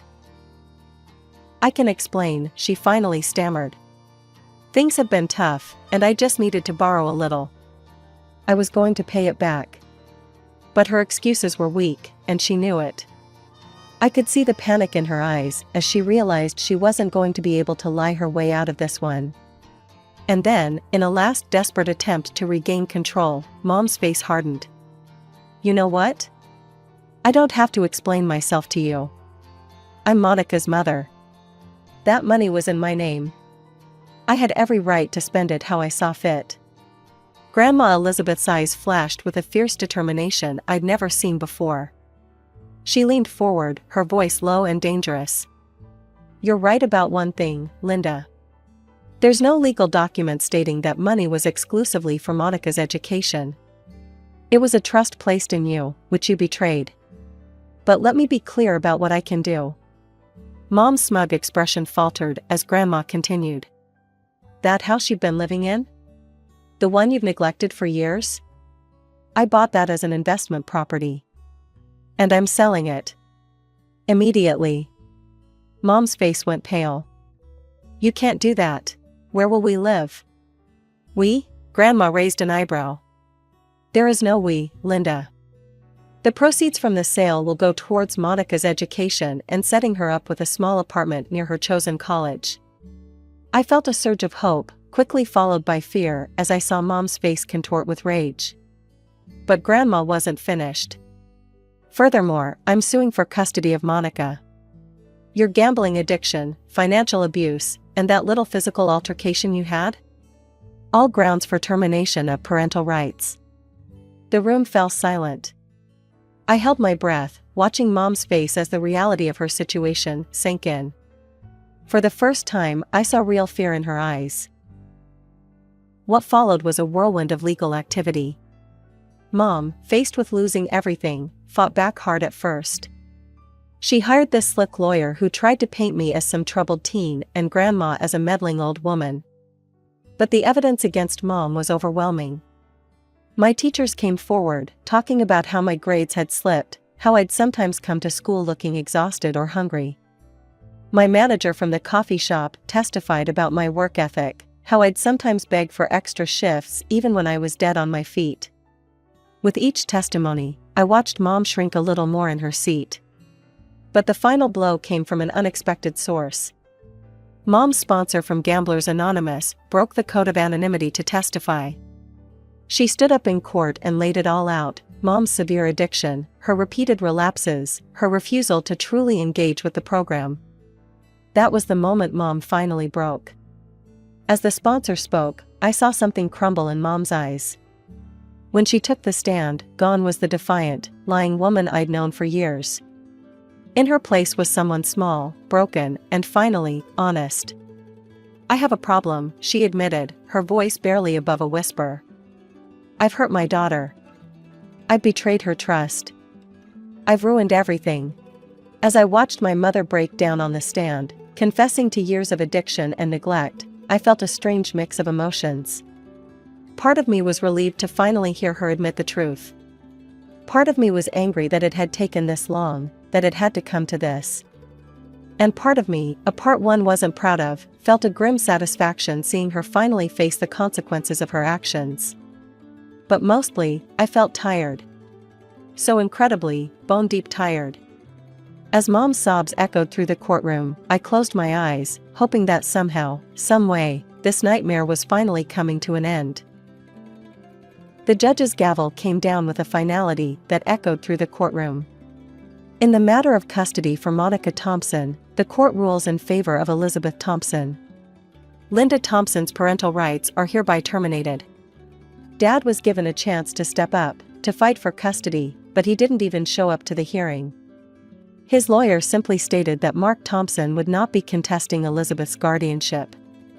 Just like that, both my parents had washed their hands of me. True to her word, Grandma Elizabeth sold Mom's house. She combined the proceeds with her own savings to set up a new trust fund for my education. This time, it was ironclad: the money could only be used for tuition, books, and other school-related expenses. No one, not even Elizabeth herself, could touch it for anything else. As my high school graduation approached, Grandma and I spent our weekends getting ready for my next big step. She'd bought me a small apartment near the college I'd chosen, and we had fun picking out furniture and decorating it. As we worked, we talked about my plans for the future. I'd decided to major in social work, with a minor in psychology. After everything I'd been through, I wanted to help other kids who were struggling.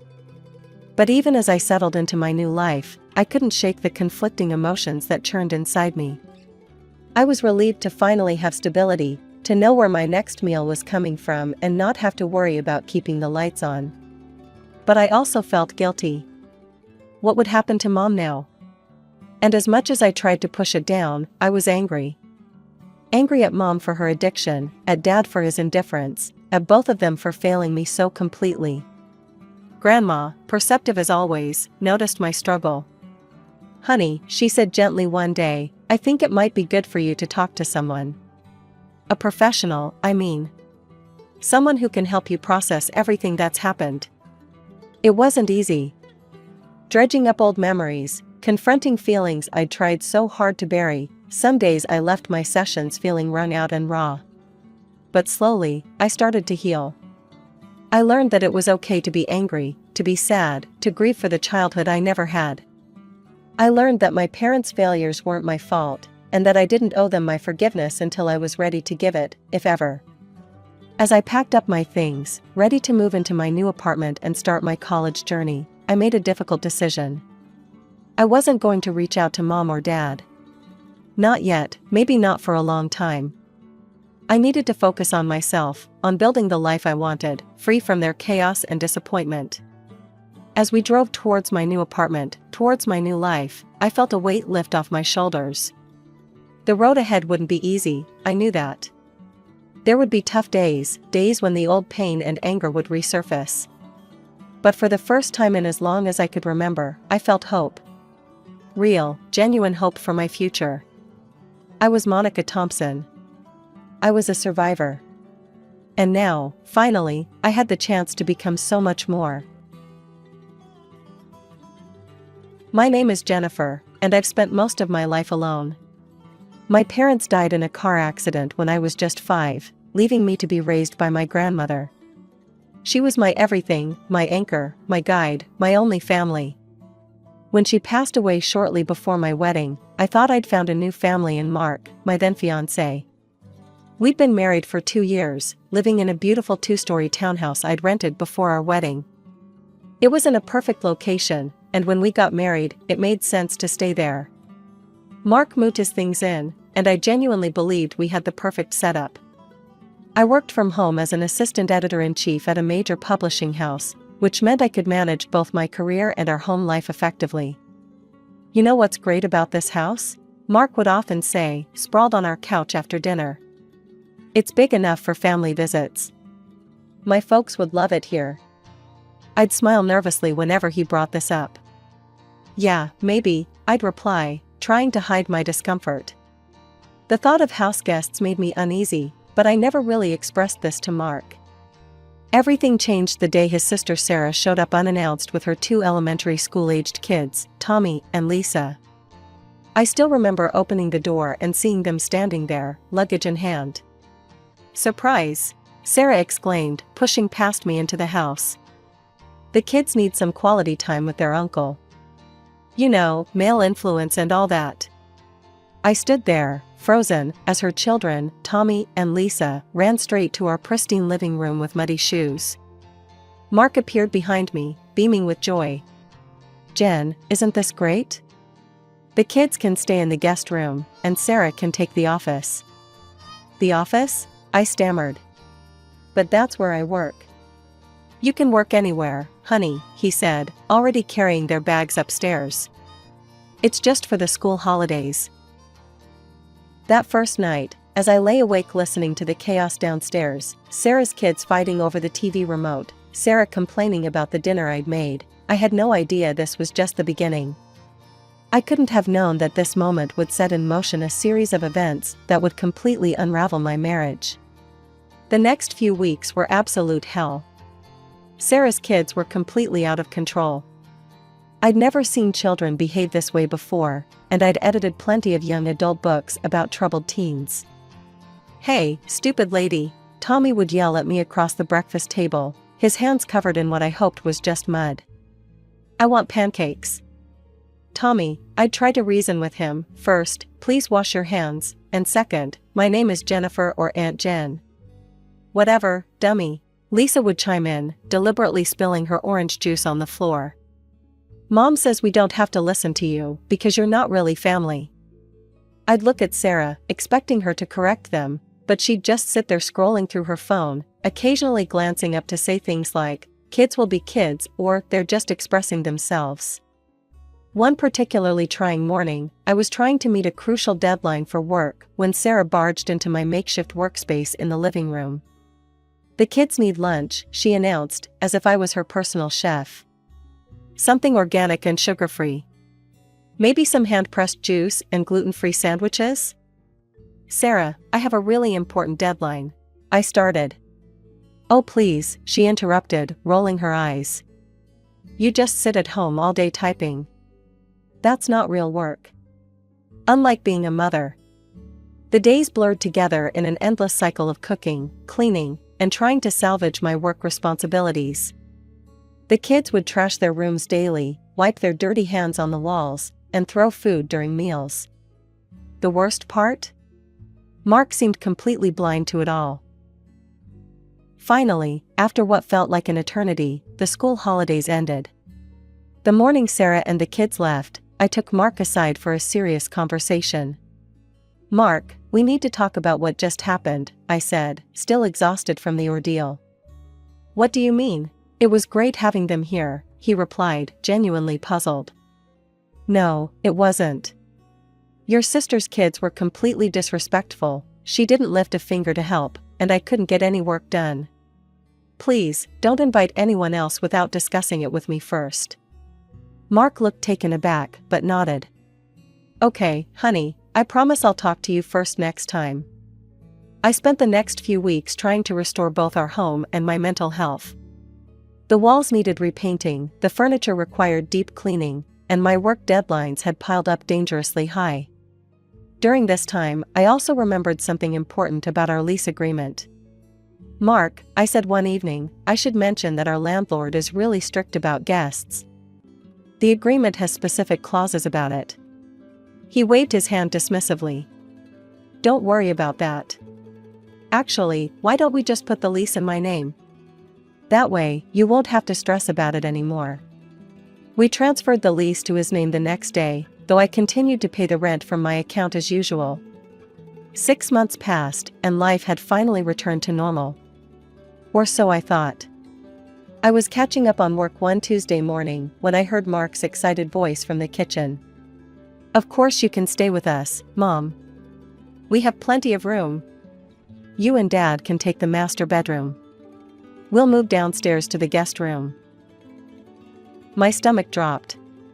I rushed to the kitchen just in time to hear his mother saying something about sewage repairs and water being cut off at their house. Mark, I whispered urgently, tugging at his sleeve. Can we talk about this first? He covered the phone with his hand. Mom and Dad need a place to stay while their plumbing gets fixed. What's there to talk about? That evening, we had our first real fight in months. You promised me, Mark. You promised we'd discuss these things together. What do you want me to do, Jen? He snapped. They're my parents. I can't leave them without running water. Stop being so selfish. The next morning, my in-laws arrived with enough luggage to survive an apocalypse. Within hours, my mother-in-law, Linda, had rearranged my kitchen cabinets, criticized my choice of cleaning products, and commented on the layer of dust on the windowsills. Jennifer, dear, she called from the living room, where she was directing her husband Bob about furniture placement. When you're done with whatever it is you do on that computer, we'll need dinner. Something substantial, not those silly salads you make. I gritted my teeth. Linda, I'm actually working right now. I have a deadline. Working? She laughed, looking at Bob. Sitting at home all day isn't work. Now, about dinner. Days blurred together. I'd try to write emails while Linda stood over my shoulder, commenting on my posture. I'd be editing manuscripts while she demanded I do the laundry properly. Apparently, I'd been folding sheets wrong my entire adult life. Mark, I pleaded one evening, I need help. I can't keep up with everything. You're right, he said, and for a moment, I felt relief. I should take some time off work. I smiled, grateful, until he added, Dad and I are thinking about a fishing trip. Get some real father-son bonding time. A fishing trip? I couldn't believe my ears. That's not what I meant. But he was already packing his gear, excited as a kid at Christmas. The next morning, he and Bob left for their bonding experience, leaving me alone with Linda. Well, she said, hands on her hips as the door closed behind them. Since you're not busy with that little computer job of yours, we can finally get this house properly organized. I looked at my laptop, where 3 urgent emails from my boss sat unanswered, then at Linda's determined face. In that moment, I realized something had fundamentally shifted in my marriage, and not for the better. Just when I thought things couldn't get worse, only a day after Mark and his father left for their fishing trip, the doorbell rang. I opened it to find Sarah standing there with Tommy and Lisa, surrounded by even more luggage than last time. Surprise! She pushed past me, kids in tow. The children have been crying for their grandparents. We couldn't stay away. I stood in the doorway, my mind refusing to process what was happening. Linda appeared behind me, squealing with delight. My babies! She hugged the children. Sarah, darling, you're just in time. Jennifer was about to start dinner. I wasn't about to start dinner. I was about to join a critical video call with my publishing team. But nobody cared about that. Actually, I have an important work meeting. Always with the excuses, Sarah rolled her eyes. Mom told me you just sit at that computer all day pretending to work. The next few days were absolute torture. While Mark and Bob were off enjoying their fishing trip, I was trapped in a house of chaos. The kids ran wild through every room, leaving destruction in their wake. Sarah spent her days video calling friends, complaining about my cooking. Linda criticized everything I did. Nobody lifted a finger to help, but they all had opinions about how I wasn't doing enough. When Mark and his father finally returned from their fishing trip 5 days later, I was ready for a serious conversation. I'd rehearsed it in my head, firm but fair, explaining how impossible the situation had become. But before I could get a word in, Mark burst through the door, beaming with joy. "Isn't this amazing?" He spread his arms wide, taking in the chaos of our once peaceful home. "The whole family together. We should do this more often." I felt the room spin.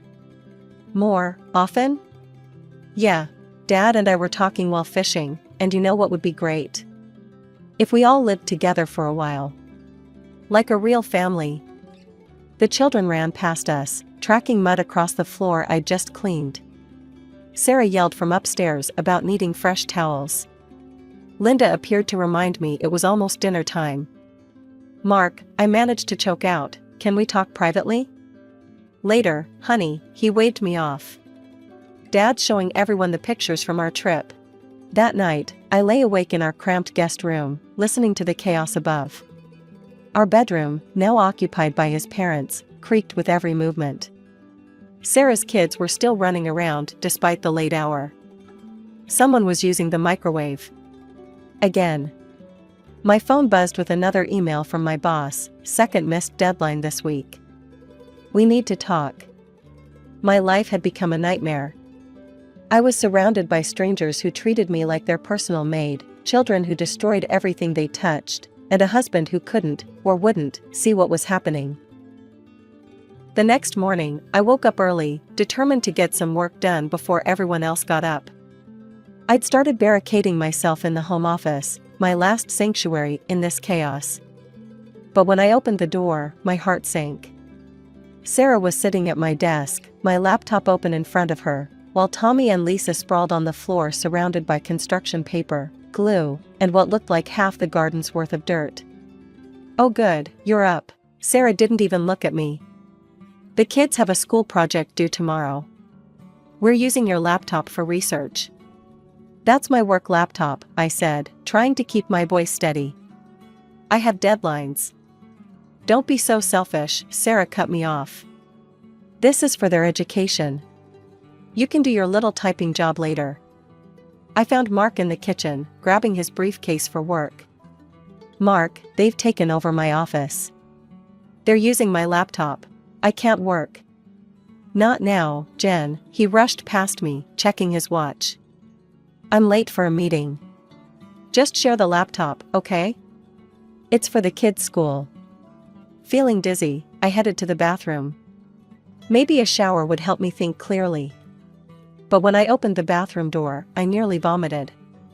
The toilet was overflowing with mud and dirt. Footprints tracked through the mess across the tile floor. Handprints decorated the walls. "Oh yeah," Lisa's voice piped up behind me. "We needed somewhere to mix the dirt for our project. Tommy said the toilet would be good, 'cause it has water already." I stood there, staring at the destruction. Somewhere in the house, I could hear Linda complaining about lunch plans. Sarah was yelling at the kids to get more supplies for their project. The toilet gurgled ominously. Something inside me snapped. Without saying a word, I cleaned up the bathroom. Every swipe of the mop, every scrub of the walls felt like another nail in the coffin of my marriage. When I finished, I went to our bedroom, the guest room now, and looked around at what my life had become. The next morning, I waited until Mark left for work. I listened to his car pull out of the driveway, counted to 60, then moved with quiet efficiency. I packed a small bag, some clothes, toiletries, my phone charger. The only thing I really needed was my laptop, which I managed to recover from the office while Sarah was in the kitchen complaining about the breakfast I hadn't made. Nobody noticed when I slipped out the front door. Nobody called out to ask where I was going. The hotel I checked into wasn't fancy, but it had three things my house no longer offered: silence, privacy, and peace. For the first time in weeks, I could hear myself think. I took the longest shower of my life, ordered room service, and actually managed to get some work done. I kept expecting my phone to explode with messages. Surely Mark would notice I was gone. Surely he'd be worried. Surely someone would wonder where the person who did all the cooking and cleaning had disappeared to. But as the hours ticked by, my phone remained silent. No missed calls. No frantic text messages. No concern at all for where I'd gone or why. After 3 days of silence, I decided to go home. Not because I missed them, but because I needed answers. As I approached our front door, I heard music and laughter spilling out into the street. What I walked into felt like a punch to the gut. A full-blown party was in progress. Streamers hung from the ceiling, plates of food covered every surface, and dozens of unfamiliar faces filled our living room. Nobody noticed me slip inside. Through the crowd, I spotted Mark dancing with Sarah in the middle of the room, both of them laughing. More relatives I'd never met were sprawled across our furniture, drinking and chatting as if they owned the place. I moved through the party like a ghost until I found myself near the kitchen. That's when I heard them. And the best part is, my mother-in-law was saying to a woman I didn't recognize, we didn't have to spend a dime on hotels or restaurants. No repairs needed at our house at all, we just needed a change of scenery. The woman chuckled. Clever. And you got a free housewife out of the deal too. Yes, that Jennifer, Linda's voice dripped with contempt. Though she's not much of a housewife. Always complaining about her work. Can you believe she actually ran away 3 days ago? Not that anyone misses her cooking. They burst into laughter. I stood frozen, their words hitting me like physical blows. It had all been a lie. The broken sewage system, the urgent repairs, all of it fabricated so they could have a free vacation at my expense. Something inside me snapped. I pushed through the crowd until I found Mark, still dancing and drinking without a care in the world. We need to talk, I grabbed his arm. Now. He followed me to the hallway, looking annoyed at being pulled away from his fun. Your mother just told everyone there were never any repairs needed at their house, I said, my voice shaking. They just wanted a free place to stay. Did you know about this? He shrugged, and in that casual gesture, I saw our entire marriage crumble. So what if I did? Their family, they needed a break.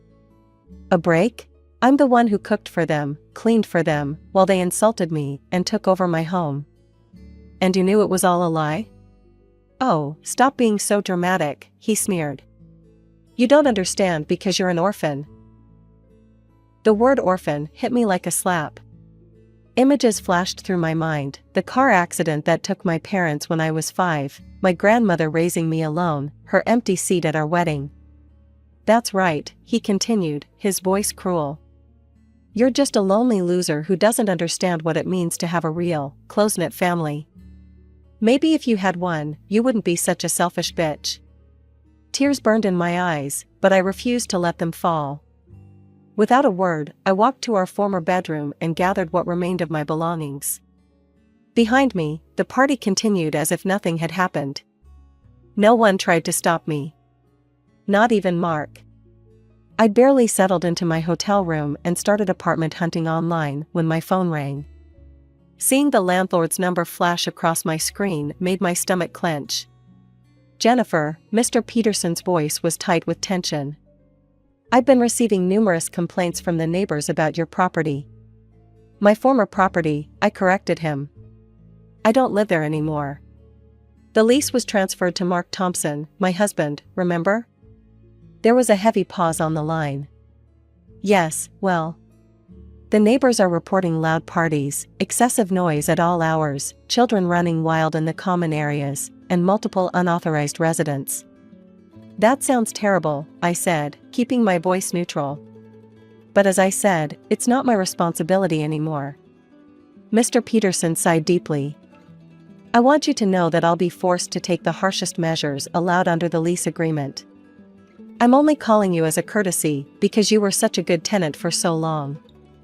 I appreciate the heads up, I replied, but you'll need to discuss this with Mark. After hanging up, I felt a weight lift from my shoulders. I didn't bother warning Mark about the call. Let him deal with the consequences of his choices for once. I found a lovely one-bedroom apartment in a quiet building across town. The landlady was a retired teacher who lived downstairs and appreciated that I worked from home. It's good to have someone around during the day, she said. For the first time in weeks, I slept through the night without being awakened by midnight snacks or early morning chaos. Then, 2 weeks into my peaceful new life, Mark called. "Jen, we're in serious trouble," he blurted before I could speak. "Peterson showed up today with a stack of papers. He's demanding double rent for the month, plus some ridiculous fine." I continued typing my email, letting him ramble. "Did you know it was against the lease to have overnight guests? Or parties? Why didn't you tell me?" "I did tell you," I replied calmly. "Multiple times. You didn't want to listen." "Well, I didn't read the whole thing when we transferred it," he admitted. "Look, can you talk to Peterson? He liked you. Maybe you can explain." "Explain what?" I cut him off. "That you moved your entire extended family into a rental property without permission? That you've been hosting parties and disturbing the neighbors? That you ignored every warning I gave you about the lease agreement? The neighbors called the police last night," he continued desperately. "Mom and Dad got fined for noise violations. Sarah's kids were running through the building at midnight and someone complained. We need your help, Jen. You know how to handle these things." I thought about all the times I'd handled things for them. All the times I'd cleaned up their messes, literal and figurative. "No," I said simply. "No? What do you mean, no?" "I mean no. You have a whole big, close-knit family there to help you. Remember? The real family you said I wouldn't understand because I'm just a lonely orphan? Goodbye, Mark." I hung up mid-plea, turned my phone off, and went back to work. For the first time in months, I smiled. Sometimes karma doesn't need any help at all. The day after Mark's desperate call about the fines, my phone rang again. His name flashed on the screen, and I almost didn't answer.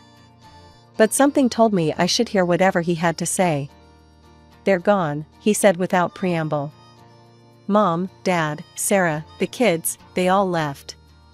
Come home, Jen. We can go back to how things were." I almost laughed at the suggestion. Go back? As if the past months could be erased like crayon marks from a wall. "There's no going back, Mark. Please," his voice cracked. "Peterson's asking for so much money. Maybe we could split the costs? Half the fine and the double rent? I can't afford it on my own." This time I did laugh, a sharp, bitter sound that surprised even me. "Oh, now you want to split things fairly? Where was this concern for fairness when I was cooking and cleaning for your entire family? When they took over my office, my home, my life? But what about your real, close-knit family?" I interrupted. "Surely they'll help you pay. After all, I'm just a lonely orphan who doesn't understand family values, remember?" A week later, I heard through our mutual friend Amy that Peterson had evicted Mark. She told me he'd shown up at his parents' doorstep with his bags, only to be turned away. The irony was almost poetic. Mark's final call came as I was finishing dinner in my peaceful new apartment. My divorce papers lay on the coffee table, filed that morning. "Please, Jen," he begged. "I've lost everything, the house, my family. I made a mistake. We could start over. I've learned my lesson." I looked around my small but tranquil apartment. My laptop sat on my desk where I'd left it. My coffee mug was exactly where I'd placed it.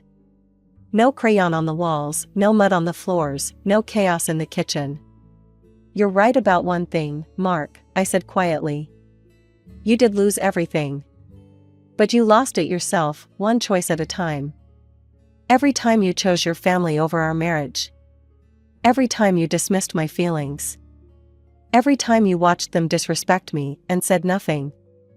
I can change. I've already filed for divorce, I cut him off. And no, this isn't up for discussion. You showed me exactly who you are and what I mean to you. Consider it a gift, now I'll never waste another moment wondering. I hung up and blocked his number. Outside my window, the sun was setting, painting the sky in brilliant oranges and pinks. On my desk, a fresh manuscript waited for my attention. My phone remained blessedly silent. Sometimes, I think about what my grandmother would say if she could see me now. She always told me that family isn't about blood, it's about love, respect, and loyalty. She was right, of course. She usually was. I might be an orphan, as Mark so cruelly pointed out, but I finally understood something important. Being alone isn't the same as being lonely. And sometimes, the family you're born with or marry into isn't the family you deserve. Sometimes, you have to save yourself. And that's exactly what I did.